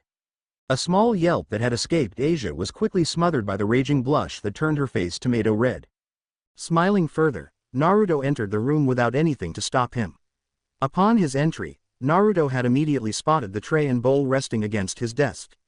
Perplexed by the appearance of the bowl, the blonde's eyes focused on the soggy noodles lazily swimming around the gentle broth. Asia, who had been watching the entire reaction, winced at the lack of words. Shuffling nervously, the young nun played with her fingers in an attempt to quell the nervousness that had invaded her mind. Big brother. Why you don't have to eat that? IJ just made that and I. Asia's sentence forever remained unfinished as her eyes widened in shock. Naruto, who had been staring at the noodles with a questionable glance, had seated himself and began dining on the ruined dish. Reining in her surprise and hurriedly moving to his side, Asia attempted to stop her brother from consuming the dish with no form of success. Big brother, you don't have to eat that. You cooked this for me, right? Naruto asked after downing another mouthful of brother and soggy noodles. Receiving a nod in response, Naruto merely snorted before continuing the meal. If my sister made me a meal, then I won't let it go to waste. After his declaration, Naruto returned to his meal, leaving Asia there to watch. A surge of warmth filled Asia's heart as she watched her brother dine. Yet, the feelings did not stop there.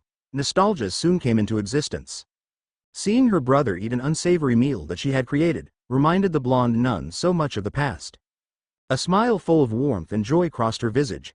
Asia could not help herself. The gap that had been erected between the two was finally being broken down. The hope of reigniting their relationship as children had only grown stronger. As for Naruto, his own determination had exploded. The simple gesture of cooking his favorite meal had been enough to erase all traces of doubt. Then and there, the two promises that had driven him in life repeated themselves like a mantra, fueling his determination. He would slay Trihexa. He would protect Asia. Tep's castle was under lockdown. Shrouded in the light of dawn, a small army of vampires stood in the courtyard, armed and ready for the battle. Garbed in differing sets of armors, nervousness could easily be depicted from their twisted visages. Marius stood before them, dressed in a set of golden armor that sparkled under dawn's first set of rays. Aside from the nervousness that had overtaken them, the army of vampires with Marius at its head remained unmoving inside the stone walls. Sentries were placed atop the walls, overlooking the open space outside the castle. With no reports of approaching invaders, Marius still refused to dismiss the soldiers. The fear of the enemy attacking after he dismissed the soldiers plagued his mind. Just outside the stone walls was an army of massive golems. Large and imposing, along with bodies made of bronze and stone, the gleaming red eyes remain in the shadows provided by the surrounding trees. Lord Marius, there is no sight of the enemy, a scout said with fatigue marring his face. It is safe to allow the army to rest, my lord. There is no need to tire out our troops before the siege. Silence, Marius hissed, sending a sharp blow to the scout's cheek. You're a soldier. Thinking is not something a soldier does. Get back to your position before I punish you for disrespecting me. Bowing his head, the scout hurried away from Marius while nursing his wound with anger flashing in his eyes. Among the gathered vampires, anger was a popular emotion towards Marius. Only second to resentment obvious in their tired eyes. 10 hours, the soldiers had been standing there. 10 hours in the uncomfortable armors issued by Marius. 10 hours of pure agony. Exposed to the elements, the armor that all soldiers were splattered with raindrops. Hunger and thirst came hand in hand. Ever since their formation inside the courtyard, there was little water or food distributed to the soldiers. Unwilling to lose a single body, Marius continued to drive his men like animals, refusing them the necessities that any living being would need in order to survive. Delusional with fear, Marius knew little of the horrors awaiting him. Uzumaki. What are you doing here? Mordred growled with annoyance obvious in her tone. You said I was to take the castle. I am here for the Sephiroth Grawl, Naruto grunted. I will let you have your fun with the vampires while Semiramis and I will look for the Longinus. Fine. But, I get to kill Marius. If he does not have the Longinus then he could be your plaything for all I care. Inside the woods outside of Tep's castle, a small brigade of golems stood lifelessly. A small camp had been erected by the two female members of the faction, while Mordred discussed with Naruto in a clearing. Semiramis happily remained at the campsite. Situated at the campfire, Semiramis held a devious smile while she mixed whatever ingredients held inside a pot. An intoxicating aroma swirled around the pot, signifying its completion. Even at the distance, both Naruto and Mordred could smell the aroma. Two possibilities came forth from the smell. Either Semiramis was cooking lunch or the witch was working on another form of poison. Though Naruto had already assumed the latter, being wrong in such an occasion could be pleasant. Trekking back towards the campsite, both hero descendants shared no more words, allowing the seductive smell to guide them. Ah, you two are back, Semiramis mused while the smile she wore never left her. Good, I believe we can begin the operation. Mordred grunted in response before walking to the pot that Semiramis had left to the flames. Taking a look at the darkened liquid inside, Mordred shrugged her shoulders and reached for a ladle which rested on against a rock. Dipping it into the supposed soup, Mordred brought it closer for a smell. Accepting the substance's rich smell, Mordred brought the ladle closer to her lips with the intent of drinking the soup. Naruto, who had been studying the layout of the castle, eyed the soup before he cleared his throat, catching his fellow blonde's attention. Mordred, that's poison, Naruto said in a rather nonchalant manner. Semiramis would never cook anything aside from poison. You should know this by now. Dumping the ladle and poison back into the pot, Mordred's eyes widened with anger bursting from her cool blue orbs. Turning to face the mistress of poison, Mordred sent her an anger-driven glare that could have killed. Semiramis, who had been watching the entire exchange, for the most part, held an innocent facade. Any man easily tempted by beauty would have fallen for it. Neither of the blondes acknowledged the innocence as anything but false. Naruto merely continued his study of the castle while Mordred had other intentions. Stomping towards the witch, Mordred tore her blade from its sheath, fully intending to behead Semiramis. You bitch! You were going to let me drink the poison, weren't you? Mordred growled with her sword inches away from the witch's neck. Oh heavens no, it was my mistake. I must have been too busy to have noticed you attempting to drink the poison. Oh, my apologies, this will never happen again. Semiramis called out, with sarcasm leaking from her voice. The response only managed to anger Mordred further. Before the woman could enter a death match, Naruto interrupted their spat. He was sure Semiramis wouldn't have killed Mordred. Or he was sure, at the moment, not so much. Enough.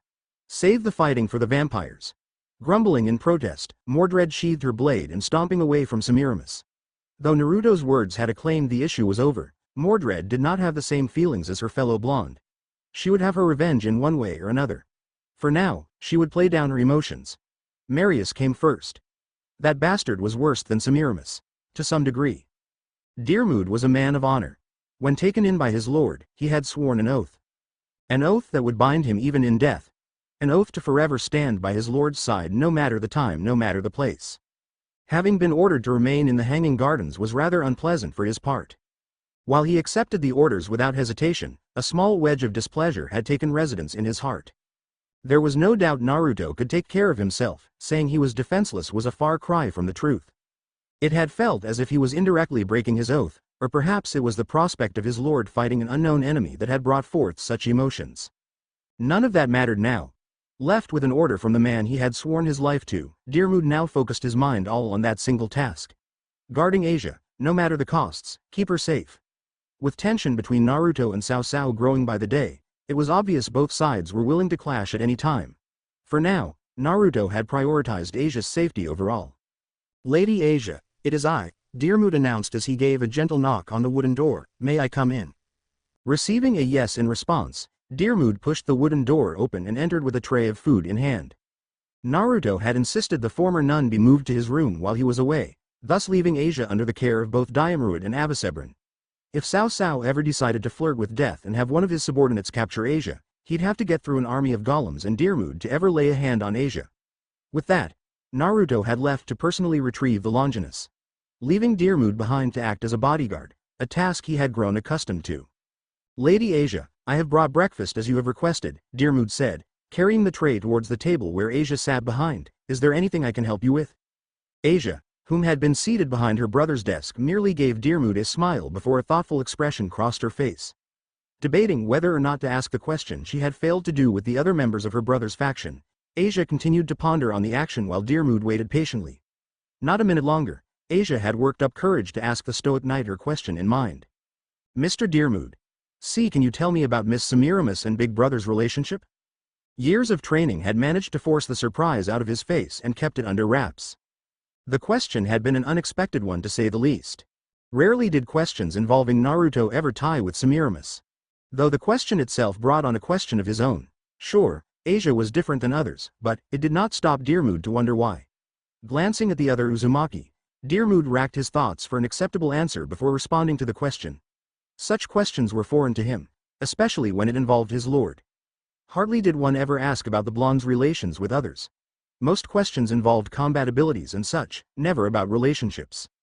Lord Naruto's relationship with Lady Semiramis is one I am uncertain of. Why do you ask, Lady Asia? Dearmood said with his own curiosity pushing forward the last portion of words. Oh, I asked Miss Semiramis about Big Brother, and she mentioned they had a special relationship. Dearmood blinked at Asia's words as he thought of them with a critical mind. What Semiramis had told Asia was not far from the truth. How else would you describe the relationship between an assassin and her boss? Though Dearmood could come up a number of ways of describing the relationship, knowing Semiramis, the mistress of poison, only wanted to agitate Naruto when Asia came to ask him about the special relationship. No one really knew about the inner workings of Semiramis's mind. The woman was far too random for anyone to predict. After all, the woman had been very willing to poison her family without a thought of remorse nor any signs of hesitation. Lady Asia, what else did Lady Semiramis tell you about the Lord? Nothing much, she just said Big Brother is interesting. Giving Asia a nod of thanks, Dearmood bowed his head and left the room before the nun could continue the conversation. Even after the years, the uncertainty around Semiramis's loyalty still remained. The woman was far too unpredictable for one to plan against. Formerly a member loyal to Cao Cao, Dearmood worried for what the woman was planning. Among every member working for Naruto, Dearmood worried about Semiramis the most. A woman who had an intricate web of spies in the form of her doves, she was also unmatched in the use of poison. Having no shame in her actions nor clear remorse, Dearmood had been expecting the descendant of the wise queen of Assyria to poison Naruto sooner or later. His distrust stemmed from the woman's tendency to act behind the backs of everyone. It did not help that Naruto even admitted to the possibilities of the doubts either. Even so, Dearmood could never understand why Naruto trusted Semiramis so much. Acknowledging the possibilities of her being a traitor and not acting on the knowledge was one of the many questionable acts Naruto had performed in his time. Leaving the room behind, Dearmood had positioned himself out of the room with both of his demonic spears in hand and a stern expression in place. Vanquishing his thoughts in favor of his duty, Dearmood's eyes narrowed when they caught sight of Siegfried walking down the empty halls with a smile shining brilliantly upon his visage. A happy Siegfried was an unwelcoming sight. There were little that could bring out a full-blown smile from the descendant of Siegfried, and a fight was among the small list of occasions. Tightening his grip on both weapons, Dearmood sent Siegfried a glare. Receiving nothing more than a growing smile in response, Dearmood shifted his body to face the other hero descendant. Mimicking Dearmood's actions, Siegfried unsheathed his own weapons. Gram, the strongest demon sword, now resided on Siegfried's right hand. Siegfried, what are you doing here? Dearmood asked while he busied himself with studying his opponent. Cao Cao wanted to push forward with his plans. I'm here to tie up some loose ends, Siegfried said with his smile now threatening to split his own face. You know how long I've been waiting for this. Dearmood remained silent as he readied himself for a fight. Whatever Cao Cao had been planning, Asia was going to be dragged in the middle of it. From what Siegfried had said, Cao Cao was adamant on having him killed. Sending one of the most suicidal fighters amongst his ranks was an obvious sign of that. Siegfried cared little for his own life. Utilizing abilities that shortened his lifespan, the man was adamant on enjoying himself in the midst of a life-threatening fight. This was a fight he could not afford to lose. Even if it took his life, he would not allow Siegfried to win this fight. Very well then, shall we begin? Neat place you have here, Avi. Avicebron, who stood upon a podium inside his dimly lit laboratory, stopped working when he heard those words. Gently placing the tools he held onto a tray where others rested, Avicebron stared at the origins of the words with his expression hidden by the featureless mask. Standing at the entrance of his once secret laboratory graciously provided by Naruto, was Jean. Rapier in hand. The descendant of Joan of Arc smiled cheerfully, displaying no signs of worry over the small army of golems standing behind Ivesebron. What are you doing here? Aviciarbrin finally asked after studying Jean for a minute longer. He cared little for how she had found the laboratory, his only concern was why she was in the laboratory. Cao Cao wanted me to take care of you, Avi, Jean cheerfully replied with a graceful smile adorning her delicate features, so, here I am. No further questions were needed. Jean had been quite honest in her intentions, thus leaving him no choice but to fight. Raising a hand, Ivesiebren took control of his golems and motioned for them towards the blonde girl that had been casually sitting on a counter. The rumble of movement soon filled the air. 10 golems circled around the girl, slicing all paths of escape as their bronze-infused limbs lifted to strike. Jean remained still with her smile still in place, still without worry. We don't have to fight, ya, no. Avicebren eyed the girl strangely as Jean remained seated with a group of golems ready to pummel her. Her sudden declaration had been enough to stop the assault. It would have been a lie if Avicebren said he was not interested. All he cared was for the completion of the golem his ancestor failed to finish. Though his perplexed expression was only known to himself, Jean decided to continue while she had his attention. Cao Cao doesn't want to fight you. If you were to stay out of the fighting, then Cao Cao won't have me attack you, Jean said, or you could even join us. With Naruto and Semiramis both gone, the hero faction is in need of members. If you were to join us, Cao Cao would provide you with everything you need, and more. Think about this, Avi. Avicebren gave off the impression of thought over the offer, yet no response came.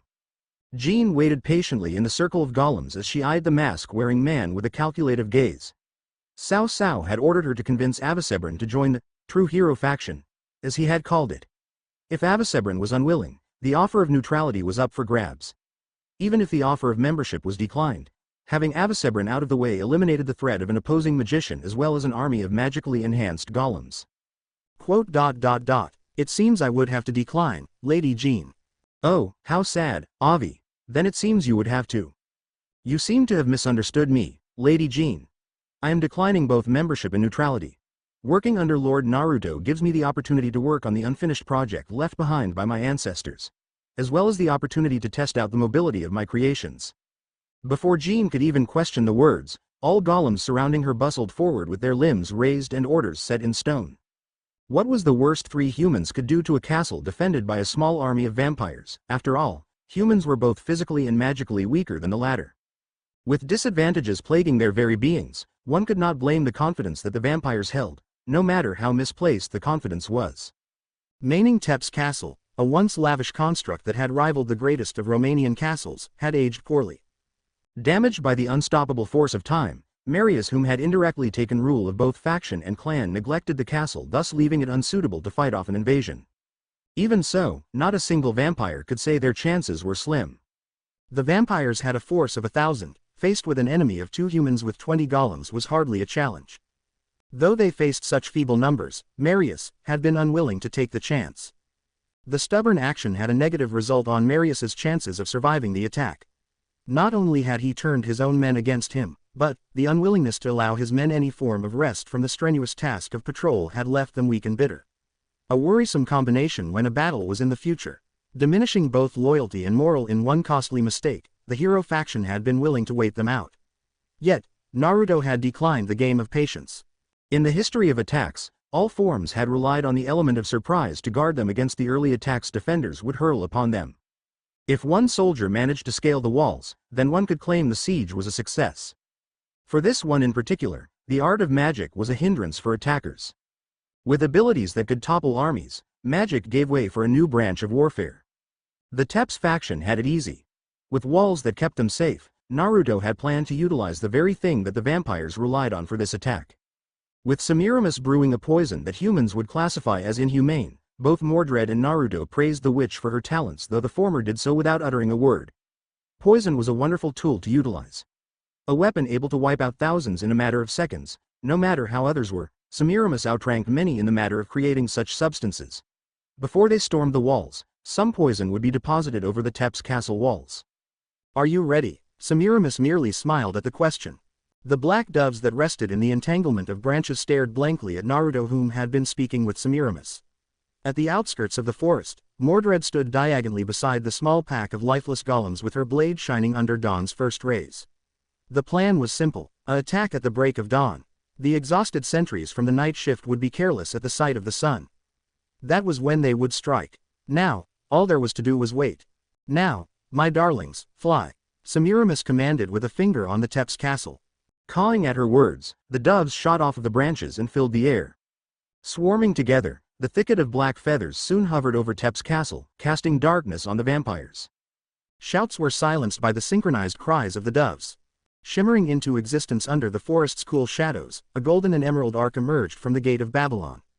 Naruto, whom had already placed himself on the high-tech arc, turned to face Semiramis and offered her a hand.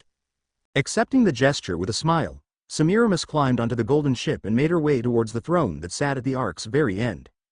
Vimana, the ancient ship that held destructive capabilities that modern ships were unable to recreate. With abilities ranging from fight to the deployment of ancient nuclear warheads, the ship truly put modern-day creations to shame. Armed with an arrangements of ancient machine guns, along with stealth features and biological weapons, Vimana was one of the more destructive objects stored in the gates of Babylon. "Let's go," Naruto said as he took his place at the pilot throne. "Once we deploy the poison, Mordred will commence with the attack and we will find the Sephiroth Grawl." Semiramis nodded her head in response as she stood at Vimana's center.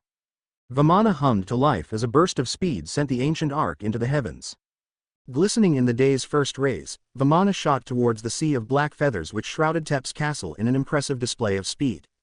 Like the sun rising to pierce the darkness, Vimana descended onto Tep's castle with doves flocking away formed the golden ship. Unlike the sun that brought forth life and a new day, Vimana only brought death. Descending from the hull, containers pelted the courtyard of Tep's castle. Upon contact, the containers released a hideous haze of black. Spreading in a frenzy, the poisonous gas expanded until it soon consumed the entire courtyard, contaminating the air with the deadly plumes of unbreathable chemicals. The effects were instantaneous. Like fish out of water, the vampires that had been the first to fall victim to the chemicals began thrashing around. Clutching their throats in desperate attempts to release the deadly toxins they had just breathed in. Vampires fell by the dozens, all falling victim to the horrendous chemicals Semiramis had been so keen to deliver. The few that had managed to escape the toxin were left in a state of shock. The walls that had been once claimed impenetrable came crashing down. Massive stone giants crushed the aging walls with no hesitation in their movements. Flooding the death-ridden courtyard, golems marched forward, picking off survivors of the deadly chemical attack. The cries of pain were silenced by the cause of doves shrouding the skies. Valerie Tepes, the head of the House of Tepes and the leader of the Tepes faction, laid lifelessly inside a dimly lit room. Face showing no form of emotion one would possess, the Dampier merely looked off into the distance. Already mentally and emotionally damaged from possessing the Sephiroth Grawl, she had been exposed to pain offered by the extraction of her sacred gear. Unlike previous wielders of the Sephiroth Grawl, her Longinus was subspecies.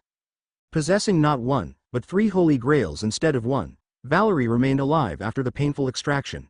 Now left inside the dark room, she only looked off into the distance. Ethereal shimmers shrouded her vision. Even though one of her 3 holy grails had been extracted, images of the dead still remained. While Valerie stared lifelessly at the spirits, Rizevim had stood happily over her body with a bold smile in place. "Well, that was fun, Valerie," Rizevim chuckled with his smile widening. "We should have Marius arrange another play date." No response. "Oh, don't be like that, such a look is unfitting of young girls." The door leading inside the room was swiftly opened, allowing Euclid entry. "Lord Rizevim, we must leave now. The hero faction has slaughtered their way inside. All the vampires left guarding the gate have been killed," Euclid reported with a bow of his head. "There is little time before they find this room. A small group of golems are demolishing this castle as we speak. We must leave now, Lord." Euclid never got to finish his sentence. Silencing the faithful servant was a golden blade that had sheathed itself against the wall mere inches from Rizevim's head. The sudden attack had caught both devils off guard, but their reactions were immediate. Euclid quickly shifted his body to face the attacker with his magical powers flaring into existence. Rizevim merely brushed off the blade with a chuckle as his manipulative eyes focused on the attacker. Standing there with Semiramis by his side was Naruto. Golden halos danced against the air behind him, opening paths for an arrangement of polished weaponry to come forth. Leaving so soon? If words were to describe Rizevim Lucifer, insane was one of the few which truly captured the man in a single frame. For he rose above the normal levels of mental insanity and personified the very definition. This was a devil who willingly looked for the most destructive force of chaos alive and the same devil who was going to face a band of heroes with a glowing grin stretched across his features. "Ah, my boy, how nice of you to drop by," Rizevim cooed in delight. His crazed eyes shining in unmeasurable joy. "Oh, how I wanted to meet you for so long, my boy. Look at you, all grown up. I remember when you were just a mere boy. Frowning at the words, Naruto snapped his fingers once again and another barrage of weaponry appeared behind him. As if they were shot from a cannon, the weaponry bombarded the two devils in a flash.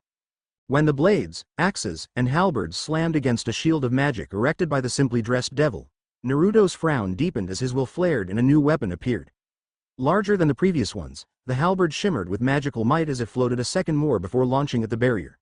Tearing through the rather powerful shield, Naruto gave the devils little time to recover as more and more weapons rained down upon them. Oh ho ho, you grew stronger too. You make me so proud, Naruto boy. The voice remained cheerfully teasing as the smokescreen of dust settled and Naruto eyed the now obliterated room with a critical gaze. Standing in the middle of the destruction had been the two devils without a single scratch on their appearance. The two had managed to find a way to bypass his attack and escaped from any possible harm it could have brought. That idea itself angered Naruto. You're still alive, Naruto said simply. Oh, Naruto boy, you're going to have to try harder than that to kill little ol' me. I didn't survive this long just because of my dashing good looks. I would love to play with you further, but I just need to go. Ta-ta for now, Naruto boy, don't forget to drink your milk. And like that, the man vanished. In a flash of light the two devils were consumed by a surge of magic and disappeared to a location unknown. As the toe vanished, Naruto's eyes narrowed in rage. Giving a shout of displeasure, the blonde slammed his hand against the wall and crumpled the stone like paper. The audacious behavior of the man had seemingly struck a chord in the blonde. In his struggle to obtain power against the scornful scoff of the higher powers had helped little in his own reaction to the teasing words of his former opponent. That bastard. Scowling at the events, Mordred gave a scoff before turning her attention toward the enraged blonde and Semiramis.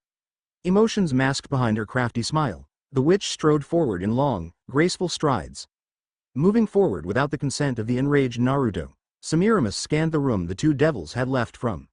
Smile growing at the contents inside, the alluring woman flashed Naruto an all-too-pleasing smile. It seems our efforts were not in vain, Semiramis proclaimed. Stretching her arms out open, she shifted her body in order to display the contents within the room. Whatever the devils were after, it was not the sacred gear wielder. She's still breathing. Reining in the burning rage which had consumed him seconds ago, Naruto nodded his head and beckoned for Mordred to approach. Accepting the wordless order, the knight strode right into the room and scooped up the unconscious vampire in her arms. As Mordred walked out with the vampire, Naruto took in the beautiful appearance of the young woman. Her short, bleached blonde hair seemingly shimmered under the small rays of the sun. The pair of sharpened canines in combination to the girl's delicate features, Naruto took notice of the natural beauty the girl wielded. In contrast to Semiramis' seductive beauty, the vampires produced a sense of innocence, rather than raw seduction. TCH, let's go. That skinny bastard was all talk. Mordred complained in a sharp call, he didn't even fight me. Accepting the words with another nod, Naruto swiftly turned and led the girls out of the ruined castle. Trudging through the cluster of bodies littered in the halls with bloodstains plastered against the walls, Naruto gave little attention to the gore he had contributed to. Taking a sharp turn toward the courtyard, the blonde hero beckoned for the unmoving golems toward the castle. Spreading them all over the ruined structure, Naruto continued to walk forward with the two following silently. Uzumaki, why did you send? Mordred never finished. In a flash, the crude echoes of destructive explosions filled the air. Tearing through the once beautiful Tep's castle, the golems successfully brought down the structure, leaving remnants of the foundation scorched. The sudden sound had brought forth an expression of surprise and awe clashing upon Mordred's visage as Semiramis continued to smirk. Ah, how cruel, Naruto. For Cao, his vision of the hero faction greatly collided with the image of his dear friends. It had been a small difference at first, but, through the years it had grown to the point where thoughts of mutiny had been a common occurrence. Throughout his years leading alongside the blonde, the subtle changes in his personality had been obvious for quite some time. For the longest time, he had been alone, the only things accompanying the blonde was his own thoughts. But, in the coming weeks, can notice the change in his longtime friend's behavior. His stern and demanding personality had been, lax, a great deal more subdued than previously. The change was out of nowhere, until he had caught sight of the young girl walking the halls of the castle. Asia Argento or Asia Uzumaki had been a resident of the castle for less than a month and her effects on the battle-hardened warriors were noticeable. The women that supported Naruto were quite fond of the girl, while other male supporters such as Abisebron regarded the girl without much emotion. The more devoted ones such as Dearmood had seemingly devoted his very being to the girl. It was expected, after all, Naruto's faction was built upon loyalty. It was not a surprise after all. Leonardo, go and help Siegfried. While he does not wish to be bothered, I wish for extra insurance we will capture the girl. Cao Cao said as he turned his attention toward the small child seated in the corner of the room. Under the shadows, the second leader of the hero faction easily made out the nod of the child. Make sure she comes back alive. Dealing with an enraged Naruto is not a part of my plans. His only response was a second nod. Good, now Heracles, I need you and Georg to slow down Naruto and his party. Cao Cao called out to the remaining members of the room. I need you two to capture Semiramis if you can, if not, kill her. The castle will float without her. The shuffling of footsteps were heard after his words had echoed throughout the room. A gruff grunt had been his only response as his eyes caught sight of his friend and most trusted companion. Georg, prepare a magic circle for transportation. Sending the two of them had been a smart move, in his opinion. While Georg would be extremely useful in buying time for his plans, Heracles would be capable of potentially taking blows from the gate of Babylon. If not, the bloodthirsty descendant of the original Greek hero would be a fine distraction. As the flash of a magic circle enveloped the room, Cao Cao released a humorless chuckle. Here's to us, Naruto. Come on you witch, hurry up with that spell of yours. The annoyed voice of Mordred snapped aloud. I want to be out of this bug-infested forest. I have half a mind to leave you in this place. Semiramis responded with a sly smile stretching across her visage. After all, I don't believe our dear Naruto would miss a brute such as yourself. You little. Before their current spat could even escalate, Naruto raised his hand and uttered, stop. Heeding his words, the two girls turned from each other and focused on their respective tasks. Semiramis was preparing a magic circle for transportation back to the castle while Mordred was tasked with keeping watch. They had not been in the small clearing for long, but it had been enough time to peeve the hot-headed knight. Yet, as the two traded silent glares, Naruto could not shake the dread in his body.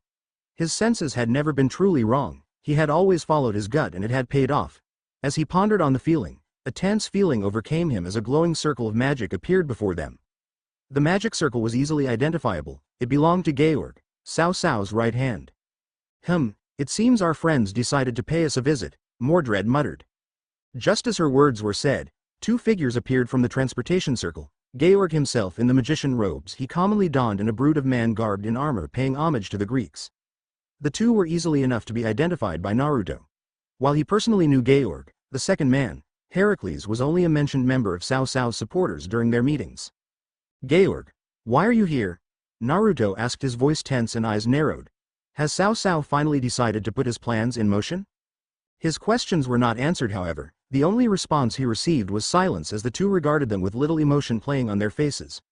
But, for Naruto, the silence had been enough. The two were here under the orders of Cao Cao, and knowing his longtime friend, they were not here for support. Snapping his fingers and forcing a number of portals to open, Naruto readied the weaponry as the two figures remained still. Heh. I wonder what blonde can do. Heracles cackled as he cracked his knuckles and a violent gleam entered his eyes. Don't disappoint me now, blonde. Charging forward in speeds that people in his body type found impossible, the brute brought a fist forward and punched the air. The glowing aura surrounding him seemingly grew and the area surrounding his fist exploded in a flash of magical energy. The explosion could have been a potential kill for Heracles, if he were fighting some low-leveled threats, but Naruto took note of the aura and opted for shield to be summoned before him, shrouding his companions and himself from the explosion. His actions did little to weaken Heracles' determination. Following the first punch, a barrage of explosive punches followed, crashing against the golden shield. Mordred, go for Georg. Naruto ordered. He then turned his attention toward Semiramis. You, finish the portal and keep the girls safe. We will handle these two. Nodding her head, Semiramis continued her work on the portal. While normally, portals were easily enough to finish, the young woman had finally noticed the surroundings. Gone were the blue sky, replaced with a kaleidoscope of colors. Frowning, Semiramis had finally figured out as to why her normal spells had failed. Georg had transported the forest they occupied to the dimension gap. Ya, bastard. Quit hiding behind that damned shield. Heracles growled in a fit of annoyed rage. Acknowledging the words with a snap of his fingers, Naruto returned the shield to the treasury as he prepared to take on the enraged brute with his other weapons. Playing defensively was a smart move, but time was not in his favor. Cao Cao had made that clear when he had sent two of his goons to face him, both of them skilled in tactics meant to slow down their opponents. While Georg personified that, Heracles was a mere distraction to keep himself and his companions away from the dimension-lost wielder. Jumping back and dodging explosive punch, Naruto eyed the muscular man shrouded in the explosive aura and considered his options. Quit dodging, you coward. The enraged growl which escaped the lips of Heracles were responded in kind with a barrage of golden weaponry. The numerous objects ranging from blades to halberds demolished the ground where Heracles stood upon, sending a flurry of finely pounded dust and rubble into the air. Eyeing the destruction in wake of his weapons, Naruto's eyes caught the figure of his opponent on the ground, held still by a number of his blades. Walking forward, Naruto called upon a blade as he brushed off the dust still lingering in the air. The end results had been expected. A sacred gear which exploded with physical motion was a seemingly ideal match against his Gate of Babylon, but the sacred gear was nowhere near as powerful as the multiplicity of weaponry resting in the treasury. I expected more, Naruto said aloud. All that talk, and no actions to back it up. Why, you bastard? Heracles howled once again, his eyes filled with murderous rage. I'll kill you, yeah, here. Ignoring his words, Naruto's attention was entrapped by the raging battle a small distance away. There, Mordred was being kept at a distance by Georg and his wide range of magic, pushing for a ranged fight rather than close quarters where his weakness lied. The rage in Mordred's eyes were obvious as she continued to growl in hatred when her attempts to close in on the magician was stopped by either a spell or the annoying sacred gear of his. Raising the blade, Naruto easily took off the head of the growling brute in a swift flick of his wrist. Semiramis, how goes the spell? It's done, the young woman responded. It should take us to the castle. Sending us into the dimension gap had been quite a plan, but we survived, somehow. Then again, Georg wouldn't be able to survive if he left us unsheltered from it. Good, we're leaving. Mordred, growling, the blonde swordsman slowly backed away as she held her sword up. Ignoring the words of the other blonde, the enraged woman charged forward and sliced through the bolt of magic which was shot in retaliation. And once again, before her blade was embedded into the flesh of his opponent, Georg quickly vanished from the spot with assistance from his Longinus. Give up, you three will never escape. My abilities are made for such situations. No matter how powerful you three may be, it is no match for my dimension lost. Georg chuckled with a wide smirk stretched across his visage. That sword of yours won't do anything against me if it can't hit me now. Mordred, we are leaving, Naruto called out, now. Backing away reluctantly, Mordred gave the man a death glare as she quickly sprinted back toward her companions. Her retreat was covered by Naruto as a gleaming blade flew overhead and pelted the magician before he could retaliate. Finally, reaching the fore, Mordred gave the other blonde a glare of annoyance as she waited on Semiramis' transportation spell. This isn't over, you bastard, Mordred growled. I'll have your head next time. Leonardo had found himself standing beside Siegfried as the two of them had a stare-off with Deermood in the halls. The shadows at his feet were moving slowly, awaiting his commands to form into the monsters of his desire. The two weapon users were glaring at one another as the emotionless child wandered off toward the target. His silent steps were noticed by Deermood as he rushed to stop him, only to meet the resistance of Siegfried. As their weapons clashed, Leonardo silently opened the door leading to the target and found himself facing the innocent smile of the girl Cao Cao had wanted. Oh, are you here to play with me? The sweet voice of Asia wondered aloud as her face lit up in a bright smile. Oh, I'm so excited. After Big Brother left for his little trip, I could only play with Mr. Deermood. Rushing forward, Leonardo immediately prepared his Longinus to create a monster to aid him, only to find himself being dragged forward by the little girl. The shadow vanishing from his feet, Leonardo's silent recoil of the gentle touch was easily noticed by Asia. Raising his eyes to meet the ones of his supposed target, Leonardo found himself nervous. The feeling had been foreign to him. It had never been an emotion he had experienced before. All he felt was the isolation he had experienced for the longest time. An experience that led to his current, emotionless self. No emotions had been experienced for the longest time under Cao Cao, but here he was, standing before the girl he was supposed to capture, too nervous to make a move. As the emotions buried deep in his body played out, he found himself asking a simple question: why? I'm not going to hurt you, I just want to play. Feeling the edges of his mouth twitch into a barely unnoticeable frown, Leonardo almost snorted at her words. The little girl truly did not know about him. Unlike the other kids in his orphanage, the girl did not fear him for his annihilation maker. If the words were ever true, he would be very surprised. After all, he had always been the one to hurt others, not the other way around. His monsters and the emotions which controlled him had caused a great deal of grief in his life. It always had made sure he was alone. Yet, the innocent gaze of the young child and her pleading visage had struck a chord in him. Oh, okay. Leonardo made out in a silent voice, let's play. Beaming with unconfined joy and excitement, Asia gave a little cheer as she dragged the silent Longinus wielder toward her chest of toys Naruto had been kind enough to supply her with. Pulling out a number of toys of various sizes and themes, the young Uzumaki sat on the soft carpet decorating her small play area and turned her attention toward Leonardo. I'm Asia, nice to meet you, Asia said with a cheery smile decorating her visage. What's your name? Leonardo, the young child managed to mutter. My name's Leonardo. Nice to meet you, Leonardo. Do you want to be my friend? Mouth scrunched in anticipation, Asia turned her hopeful eyes toward the young lad. The question had been sudden, but fit for their age. Though it was common to make friends with only an introduction, Asia had always been a victim to her sacred gear. The small, yet surprisingly useful abilities of it had kept her at a distance from the other children. They had either seen her as a freak or unapproachable. Though it was considered a gift before her explosion from the ranks of the church, it served as an unthinkable curse. Friends. For the second time, Leonardo was surprised by the girl. He had never expected to be asked the question. Hell, he never even planned on joining the girl in her festivities. His thoughts of the mission were simple: get in, get out. But here he was, sitting on a carpet with the girl surrounded by various toys. His mind had been stuck on the idea of having a friend. He was always lonely. Cao Cao had recruited him roughly a year ago and he had been with the group ever since. None of the members were around his age, and among them, none of them had truly connected with the child. They had held some form of respect for him, but never tried to befriend him. So, when he had accepted the offer, he had escaped a life of total isolation for a life of loneliness.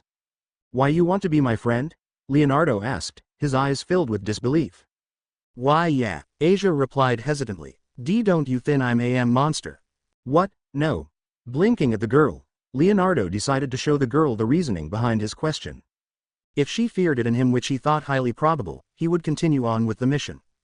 Closing his eyes in concentration, Leonardo felt the familiar flow of magic from his sacred gear as his mind wandered toward an image of a monster. Shadows twisted around his form as they took on the form of a man. Standing taller than both of the children combined, the shadows shrouding the man vanished. The newly formed man held the appearance of a knight. The armor garbed around its body alongside the helmet easily allowed Asia to identify the all-too-familiar man, or in this case, toy. In her hands was a toy of the same man standing before them. That's so cool, Asia said with a wave of excitement pouring onto her visage. Leo, that's so cool. Eyes widening at the words, Leonardo took note of the nickname she had graced him with, and he could not help himself as a small wave of happiness and excitement took hold of his heart. Though it was simple and seemed like an offhanded name, the nickname meant a great deal to the boy. It had been the first time someone had been kind enough to call him that, or even his name in such a friendly tone, rather than the hesitant or fearful voices the children of his past had graced him with. You have to show me more, Asia said. Oh okay, Asia. The clashing of steel rang in the hall leading to Naruto's bedroom. Synchronizing with the ringing of metal were the grunts of the fighters. Their attempts to overpower one another had left a great deal of damage to the wide halls. A number of slashes and piercings in the walls had easily showcased the power the two had been fighting with. In addition to the damaged walls and floors, rubble which accumulated in masses spoke volumes of the destruction to come. Though the fight had been quite short thus far, neither party could truly say they were not feeling the effects of their physical confrontation. Give up, Siegfried. I will not allow you to lay a hand on Lady Asia, Dearmood declared as he readied his spear once again. Once I am finished with you, I shall defeat Leonardo. The lady shall be safe under my watch. HMPH, I don't think so, Dearmood. Siegfried grunted as the thought of Leonardo brought a smile to his face.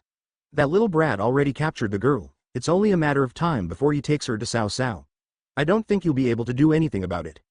Laughing at his own words, Siegfried twirled Graham around in his hands as he found humor in the ideas of his self-declared rival failing at the one task he had been assigned to. The mere idea of Dearmood, the all-so-perfect knight, failing at a mission assigned to him was an opportunity he did not want to miss out on. Watching the all-so-loyal knight fail would be the highlight of his day. I will never fail, my lord, Dearmood yelled as he charged forward. Thrusting his spear at the chest of his opponent, the spearman found his swift jab parried by the blade of his opponent. Throwing more force onto his strike, Dearmood pulled away and returned for a leg sweep in a single, fluid motion. Backing away, Siegfried spotted his opening and bashed his shoulder against his opponent and sent the spearman tumbling backwards. Taking the opportunity to strike, he raised Graham and readied, but his potentially fatal blow was soon parried.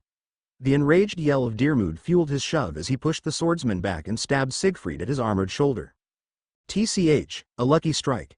Siegfried hissed, but no matter, this match is over. I bought Leonardo enough time. We shall continue this next time. Holding Graham up, Siegfried allowed the blade to shimmer in a dull purple light as it changed into another blade, Balmung. The blade glowed as a power gust of wind tore through the halls, covering his retreat. Shielding his eyes from the winds, Dirmud growled at the disappearance of his opponent and quickly ran toward the door. Slamming the door open, Dirmud prepared for the worst, but his eyes caught a sight he had never expected to see. Seated together with toys laying before them, were Asia and Leonardo. "Lady Asia, get away from him!" Dirmud yelled as he ran to the side of the blonde girl and readied his spear. "Stay behind me, my lady, he is dangerous." Frowning at the words, Leonardo readied his Longinus as he glared at Dirmud and prepared for a fight. Dirmud, on the other hand, prepared all of his options. Before the situation could get out of hand, Asia jumped from behind Dirmud and ran between the two. "Stop, Mr. Dirmud, Leo isn't here to hurt me. He's my friend," Asia proclaimed as she stretched her arms out to prevent the two from fighting. "Leo, don't fight, Mr. Dirmud is just here to protect me." The calming words of the girl caught the two by surprise, her bodyguard more so than her new friend. Dirmud took the news quite well, other than the wide eyes and gaping mouth, that is.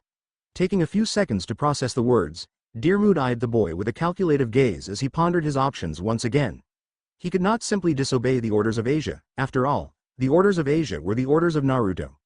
But, having Leonardo, a member of the enemy faction so close to his lord's sister was simply a terrible idea. "Lady Asia, could he be trusted?" Dirmud finally asked, his tone subdued and his eyes wandering toward the small child who possessed one of the most dangerous Longinus ever. "Yes, he's my friend," Asia replied without hesitation. "I trust him, Mr. Dirmud." "Very well, my lady." Backing off the topic with a nod of his head, Dirmud took a position near the door and focused on watching his charge. That was all he could do. Currently, he was in a position that left him in need of more assistance. He could not leave Asia alone with a member of Cao Cao's faction. Nor could he fight off Siegfried if he ever came back for Asia once he found out Leonardo was here. "Split up. Mordred, you head to Avicebron's lab and gather him. Semiramis, you're with me," Naruto ordered as he swiftly strode down the hall. "Once everything is all right and no more of Cao Cao's faction is near, we will meet in the throne room. Make sure you are not followed." "Whatever, Uzumaki." Mordred huffed out as she stalked off to the lower levels of the castle to locate Avicebron. "Just make sure that witch doesn't do anything stupid." Ignoring her words, Semiramis focused her attention on the blonde she was following. As she strolled beside Naruto, one of her birds flew toward her. She allowed it to land on her shoulder. Taking a single glance at the bird, Semiramis returned her attention to the empty halls. "They're gathering," Semiramis said as she gave a small rub on the bird's belly. "The contingencies are in place, but there are still some loose ends still. What are your orders?" "Gather the group and kick them out," Naruto replied without any acknowledgement. "If we somehow lose to Cao Cao's group, then we make sure the explosives Avicebron has in stock in the lower levels are put to good use. I'll have Avicebron use his golems for rebuilding if necessary. There is more than enough supplies in my treasury to successfully construct another castle." Naruto was angry. It did not take a genius to figure that out. The actions of his supposed friend had finally taken its toll. The rocky relationship between Naruto and Cao Cao had been a highlight of the years leading up to this day. Their once friendly relationship had evaporated throughout the years. Now whatever was left of it had been finally snuffed out on this day. Neither of them were ready to back down. Both of them had already gathered their forces and conflict was unavoidable. "Mordred, seal the door and secure the room for Asia," Naruto commanded as he looked down at the layout of the map. "Semiramis, highlight the passages in the castle." The mistress of the castle simply nodded at his words and began marking the secretive paths within the castle. Once her work had been completed, she backed away from the map and allowed Naruto to take over. Eyeing the numerous passages with a keen glance, Naruto pondered the various possibilities before making his mind. "All right, Naruto began once again only to be interrupted by Mordred. Naruto, before we start, what are we gonna do about the kid?" Mordred said as she directed the group's attention toward Leonardo, who was being kept at the corner of the room with a group of golems guarding him. "I mean, we ain't gonna tell him all our plans now, are we?" Eyeing the small child curiously, Naruto found himself exchanging glances with the emotionless boy. He could not understand the child. Leonardo had been a member of Cao Cao's faction, yet he had saved Asia. Though the kid was potentially one of the strongest members in Cao Cao's faction, he was not experienced enough to truly be considered as such. Taking a final glance at Asia, Naruto could see the hope in her eyes. While he wished to make her happy, her safety also played a role in his predicament. "Avicebron, stay here. I want you to keep an eye on Leonardo as well as command your golems out of battle." Take Asia and Leonardo to the safe room. Naruto began once more. The rest of you, we will be facing Cao Cao and his supporters. I want them out of this castle, they have been in our way for far too long. Semiramis, tell them about the secret passages. Nodding her head at the command of Naruto, she scanned the group before starting. There is a network of passages all around the castle, they were built in case of emergency. The tunnels start from the bottom all the way to the top. There is no place in this castle the passages do not connect to. I have already activated the interior defenses of the castle. Dearmood and Mordred, you two will be heading to the lower levels. I know Cao Cao will be planning an escape plan in case they fail. I want you both to put a stop to it. Naruto said as his eyes shifted from both of them. Take the tunnels down and we will meet up with you once we take care of Cao Cao. Come on, pretty boy. Mordred called out as she rushed out of the room with a gleeful smirk on her face. I want to fight now. Nodding his head in acceptance, Dearmood strolled out with the hot-headed blonde in tow. Their echoing footsteps drifted further and further from the group as Naruto ignored their vocal movements and turned to the raven-haired woman standing beside him. Semiramis, let's go, Naruto said. I want to catch Cao Cao before he gets away. When Naruto had spotted Cao Cao, his eyes burned with rage. As he and Semiramis headed to the upper levels of the castle, they had found the cocky man standing inside the throne room situated at the castle's center. Seated atop the throne which controlled the castle with an all-so-arrogant smile etched across his visage, Cao Cao greeted the two with a carefree wave of his hand. Ah, you two made it. The mutineer said with his smile widening. I was getting worried if you would show up or not. Then again, Leonardo's betrayal would take even me some time to plan for. Cao Cao's last comment caught Naruto off guard. While he hid it behind his anger, the blonde knew Cao Cao saw through him. That simply made Cao Cao happy. Clapping his hands with a chuckle escaping his mouth, the man stood and began approaching them. As he descended the stairs with grace, Naruto simply glared at him and gestured for his weapons to come forth. As the air behind him rippled and showed the numerous weaponry pointed at the approaching man. You thought I wouldn't make it back for your little plan, huh? Naruto hissed worth venom in his words. Heracles and Georg may have bought you time. You thought you could kill me. You thought you could go after Asia. Motioning for his weapons to launch, Naruto watched as streaks of gold pelted the very ground Cao Cao stood upon.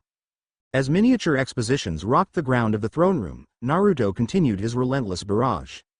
After launching a volley of weapons, Naruto finally called for his attack to end as he waited for the smokescreen of dust to clear. He didn't expect the attack to do anything really. Cao Cao had seen his ability for years now. He would have been surprised if Cao Cao had fallen for his most basic move. Just as the final shower of dust settled, Naruto's eyes immediately picked up on the streak of curved light moving straight at him.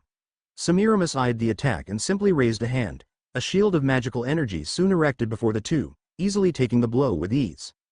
The first attack simply opened up for Cao Cao to start his next move. Jumping out of the dust with no change in his perfect image, he channeled more magic into his spear and launched more light magic at the shield Semiramis had erected. Forcing more and more power into the beam of light magic aimed straight at the shield. Finally, the attack showed results. Forcing its way through the magic wall, a series of cracks appeared at the point of attack, spreading slowly throughout the shield.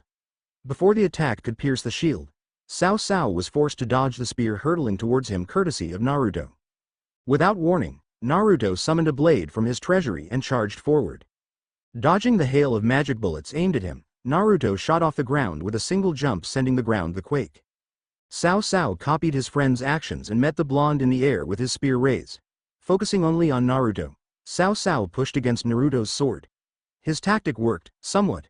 Naruto used Cao Cao's push as a way to create the distance between the two. When a small space opened up between the two, Naruto immediately called for his chains. Circling Cao Cao, the metal chains shot from the circles as they tightly held onto the mutineer. These again. Cao Cao muttered with annoyance obvious in his voice as he struggled against the tightly bound chains. You know, Naruto, after all this time I still can't find a way to get out of these things. Those swords you have aimed at me don't help either. You sat on my throne. Semiramis interrupted with a scowl on her beautiful face. I should have my doves peck your eyes out. No. That's too merciful. How about some of my poison? You would be a great test subject for. Cutting off her bloodthirsty rant, Naruto gave her a placating look as he grabbed her raised arm. Semiramis only sighed as she felt the grip Naruto had on her. She understood the reason behind his mercy. While she didn't like it, she understood. Taking a step backward, she looked on as Naruto steadied Cao Cao with a visage she could not describe. It's about time. Cao Cao simply said as he stared straight at Naruto. Though he was bound and staring his potential killer in the eyes, he could not help himself. Georg will be here in 5. As he was about to finish his sentence, Cao Cao heard the hum of a magic circle. Smirking at the sound, he positioned his body as straight as he could, feeling victory wash over him. He knew Georg could not stand against Semiramis, much less Naruto, but it was not his right-hand man's strength that he relied on.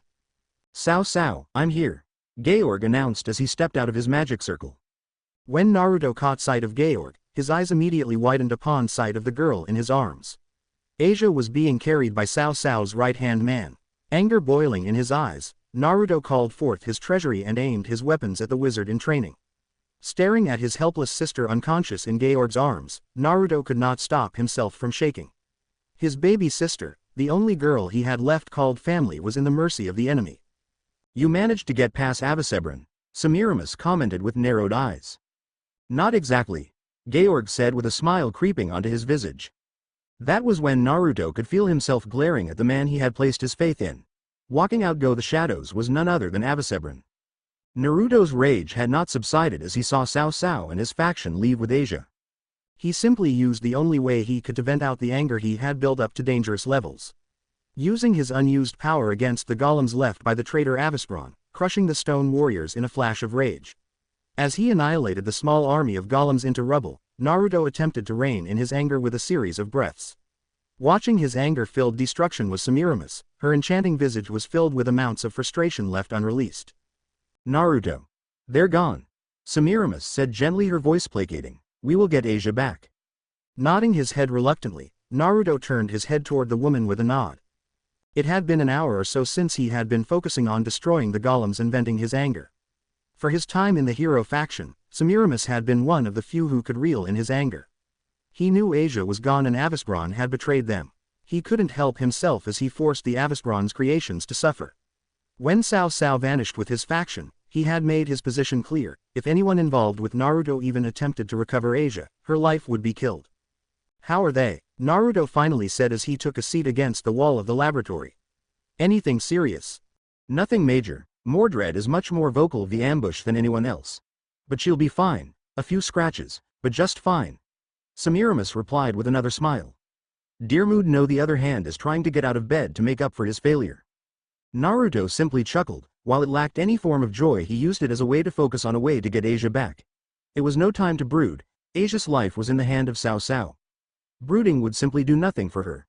It would only hinder his plans. Sighing in defeat, Naruto leaned against the wall as he attempted to father his thoughts. While he would have loved to have a chance to kill Avicebron, Asia was much more important. When they're rested, gather them to the meeting hall, Naruto commanded. I need to know what happened with the others. Semiramis, the devil Cao Cao was meeting with. Can you tell me anything about him? Naruto asked as he studied the blade in his hands. There must have been something else. Eyeing the distant blonde with curiosity, she pondered the question before considering her answer. Cao Cao had been planning with the devil to cleanse the hero faction, that much was true. But, with all her attempts, she had failed to find out more from their conversations. Not only had it left her in an annoyed mood, but it also personally damaged her pride. No, all I know is that he spoke to a devil. Semiramis responded with her brows furrowed in thought. I believe it may potentially be that same devil we encountered during our mission for the Sephiroth Grawl. Or even that boastful Gremory girl your sister knew. We have no idea where that cur will be. Naruto confirmed with a nod of his head as his mind lingered on the Gregory girl. But, that Gremory and her peerage will still be in Kuoh. I need you ready for departure soon. We will be paying those devils a visit. Of course. Semiramis replied with a smirk etched across her beautiful visage. But that little annoyance that has been following the Hanging Gardens. What of him and his little group? I have had enough of the mindless mongrels following us around. I shall grace them with my presence and deal with this issue personally.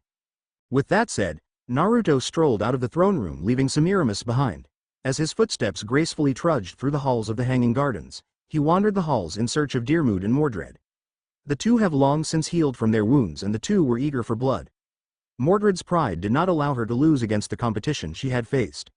While Dearmood on the other hand took the kidnapping as a personal attack, leaving the loyal man ready for bloodshed. As he continued to search, Naruto pondered the group of three which were following his faction. It had been a while since he had been informed of their presence by Semiramis. While he held little respect for the fools stalking him from the shadows, he felt no need to disturb them. After all, the fools should have felt honored to merely follow his magnificent being. But, their idiotic actions have finally brought annoyance to his emotionally distraught mind. It was time to finally grace them with his presence and finally put a stop to their currish actions. Tobio Ikus had finally felt the long-term effects of boredom. Having been following the Hanging Gardens for almost a month or so now, him and his team were growing aggravated due to the lack of action. Not only were they cold and hungry, they were also forced to keep out of range from the flying fortress. Enduring the conditions were fine, but the time spent scouting the residents of the Hanging Gardens were coming crashing down. None of them could stand any of the limited living any longer. He himself felt the pain. Not only did he wish for something to happen, but he was growing tired of the tense atmosphere created by the animosity of time. "You heathens should be kneel not laying." A voice full of annoyance called out. "Not only have you curs been following myself around, but you refuse to kneel have struck my last nerve." When the words echoed throughout the quiet forest, Tobio immediately felt the overwhelming prescience outclassing anything he had ever felt before. Unconsciously backing up from the figure garbed in shimmering golden armor, Tobio quickly called for Jin his Longinus to come forth. Growing with each step, a large midnight black dog with glowing red eyes marched toward Tobio's side as it readied itself for battle. The action only caused Naruto narrow his brows. "Who are you?" Tobio finally asked between the growls of Jin. "Jin here doesn't like surprises like the one you sprang on us. Now tell me, who are you?" Naruto could feel the anger of the beast through its growls. Unfazed by the terrifying snarl of the beast, Naruto merely ignored the question with an arrogant snort as he felt his own anger rise. He felt no real threat from the group the mongrel seemed to lead. But his emotions were high and he had no patience for the morels standing before him. "You dare speak to me in such a manner, mongrel?" Naruto hissed as his regal features snarled into a scowl. Snapping his features and unlocking his treasury for the battle ahead, he continued. "Tell me, you cur, what gives you the audacity to speak to your betters?" Normally Naruto could control his anger, easy. With Asia around it had been much easier, she could ease him out of it with a few gentle words befitting of her soft, innocent demeanor. But now, she was gone. Taken by Cao Cao and his anger was not going to be quelled. His heart held a special place for Asia. Her very existence had been behind his ultimate desire to annihilate Trihexa. Without her around, he would not hold back. "I ask you, mongrel. Why are you here? Speak now, mongrel. My patience has reached its limit," Naruto said once more as he ordered his weapons further out of his treasury. "So you are the master of that castle?" Tobio finally responded with a calculative glance. "I have only came for information. There is no need for violence. My superior sent me to gather information regarding the death of Rainare in Kuoh." "That answer does not satisfy me, mongrel," Naruto snarled. And like that, a barrage of weaponry shot out from Naruto's treasury as it made its way to the three intruders. One of the two unnamed heathers erected a shield as they stood behind it. Tobio had called for Jin to transform as he attempted to parry all of the destructive projectiles. While he stood strong against the ruthless assault, Tobio could hear the screams of the men under his command. Turning around, Tobio could see the weapons easily penetrating the shield and making their way into the two men. Killing them upon contact, the blades soon vanished, leaving the mangled bodies on the blood-soaked ground. "Jin, now," Toboi shouted as he turned towards his partner, "You'll pay, you bastard. I sing for the slaying of 1,000 humans. I celebrate the killing of 10,000 goblins." The name submerged in total darkness, that of imitation of God drifts through polar night. "Thou will perish by mine own black blade. To be something absurd, the god of the deformed."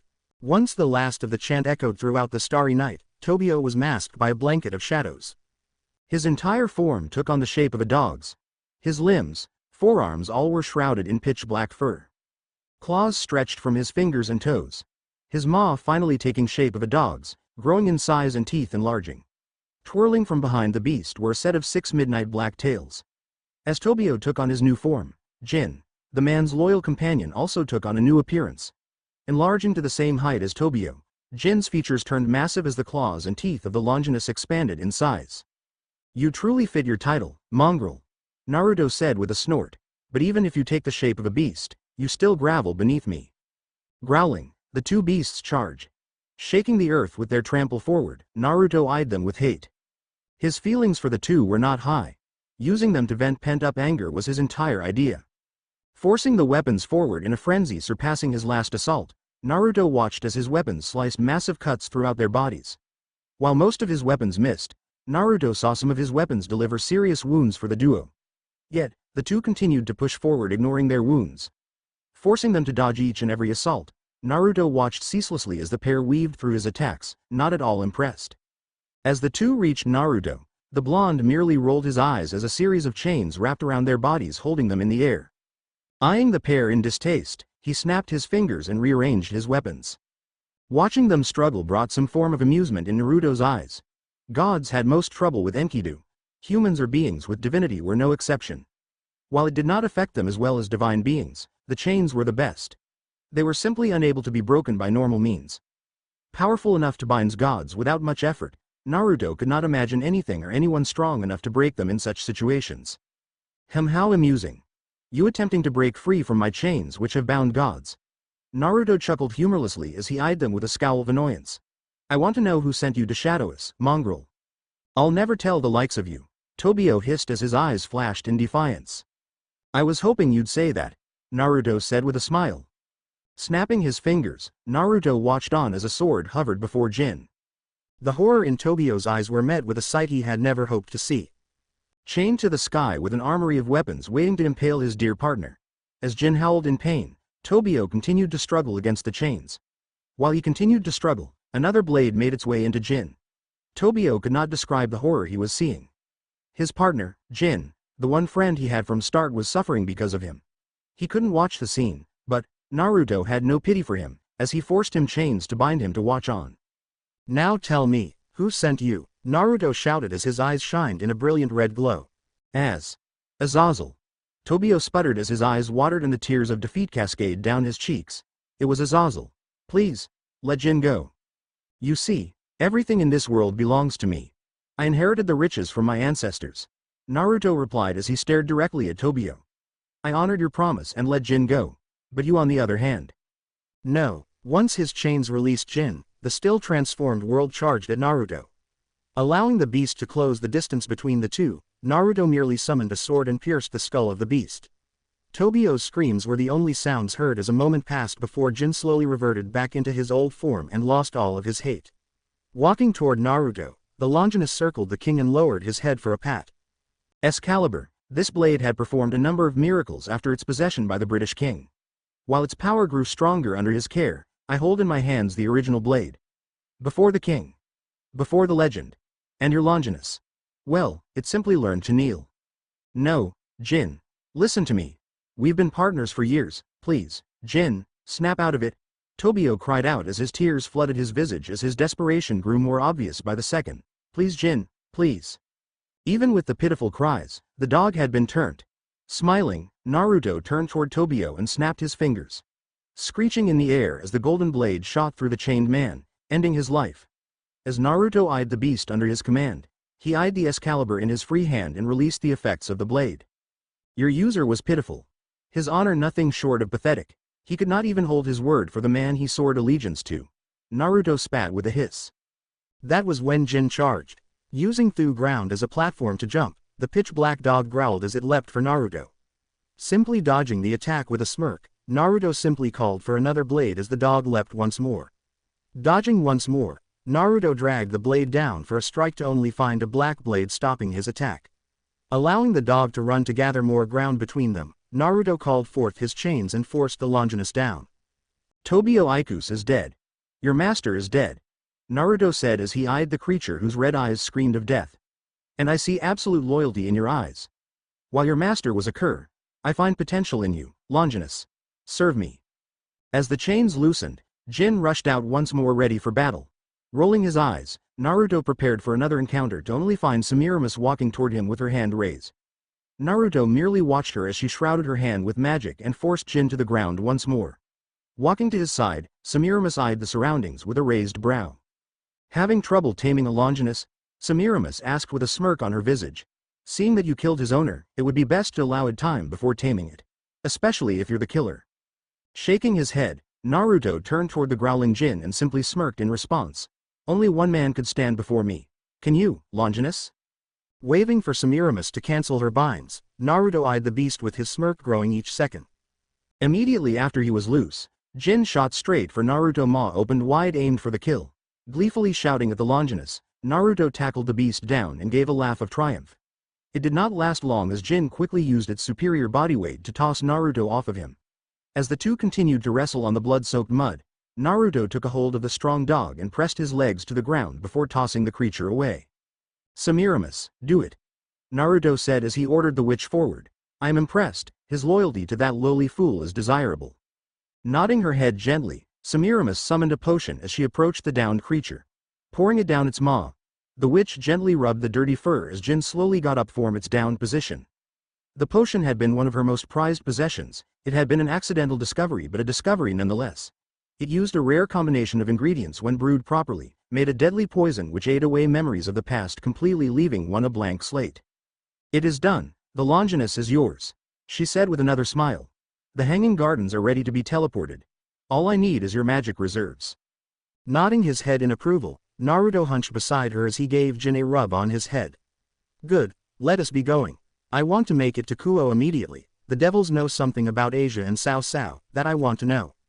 Rias Grammary was a bright girl for her age. She was a great student and excellent learner, making her a popular face among the humans and the devils. While not as intelligent as her rival, Sona Citri, her mind was no laughing stock. When Kokobile attacked, her mind immediately went to Issei. While perverted, the young man had a power some could not even hope for. In his left hand was a sacred gear, not any sacred gear, a Longinus. Not only was it a Longinus, but it was a mid-tier 1. Even the lowest levels were capable of killing gods. A mid-tier 1 trained properly would be much more. Issei, I will need your help for the next attack, Rias said as she glared at the fallen angel flying above her with a twisted smirk on his visage. Kokobile is too strong for my attacks alone, but, with yours we can beat him. Yosha, I'll give you my beast, bucko, the lanky pervert said as he raised his left hand and allowed the glowing gauntlet to be seen by the fallen angel. Here you go, bucko, transfer. As a red light emitted from the gauntlet, Rias felt the power of the Welsh dragon flood through her magic reserves. Channeling the extra power into a massive attack, greater than all the combined efforts of her peerage so far, she launched it as soon as it reached the size of a large sphere of crimson-red magic. The attack seemed powerful at first, but Kokobile showed them why he was one of the strongest fallen angels in Grigori. Easily baiting away the attack with a lazy swipe of his hand, Kokobile only laughed at the defeated expressions of the weaklings under him. Do you understand, Rias Grammary? I am a fallen angel who survived the Great War. Your power is nothing compared to mine. Kokobile cackled aloud. I will start a new world war, and this time the fallen angels will win. Just as his deranged words ended, the entire sky shook. Like as if a meteor was falling from the heavens, a titanic magic circle appeared in the colored sky, lighting it up in a flurry of colors. Emerging from the magic circle was a fortress floating in the sky. Once it had died down, the entrance captured the attention of everyone. There were no words to describe the majestic sight. Then again, floating fortresses were never a common thing, even for the supernatural. Kokobile took note of the flag being flown by the castle. The hero faction. Kokobile hissed in dramatically. More annoyances show up. The castle began lowering itself closer to the battle as the occupants of said castle began departing. One by one, 5 figures landed from the fortress in the sky. For the Grimoire peerage, some of the faces were all too familiar. How could they forget? One of them had single-handedly took down their powerhouse with a single strike. Not only that, but the blonde had the most intimidating aura Rias had ever felt in her life. You! Issei shouted with an indigent growl. You bastards took Asia from us. Give her back, you bastard. Jin, attack. Thanks for watching. Also remember to subscribe and like this video. See you in the next video.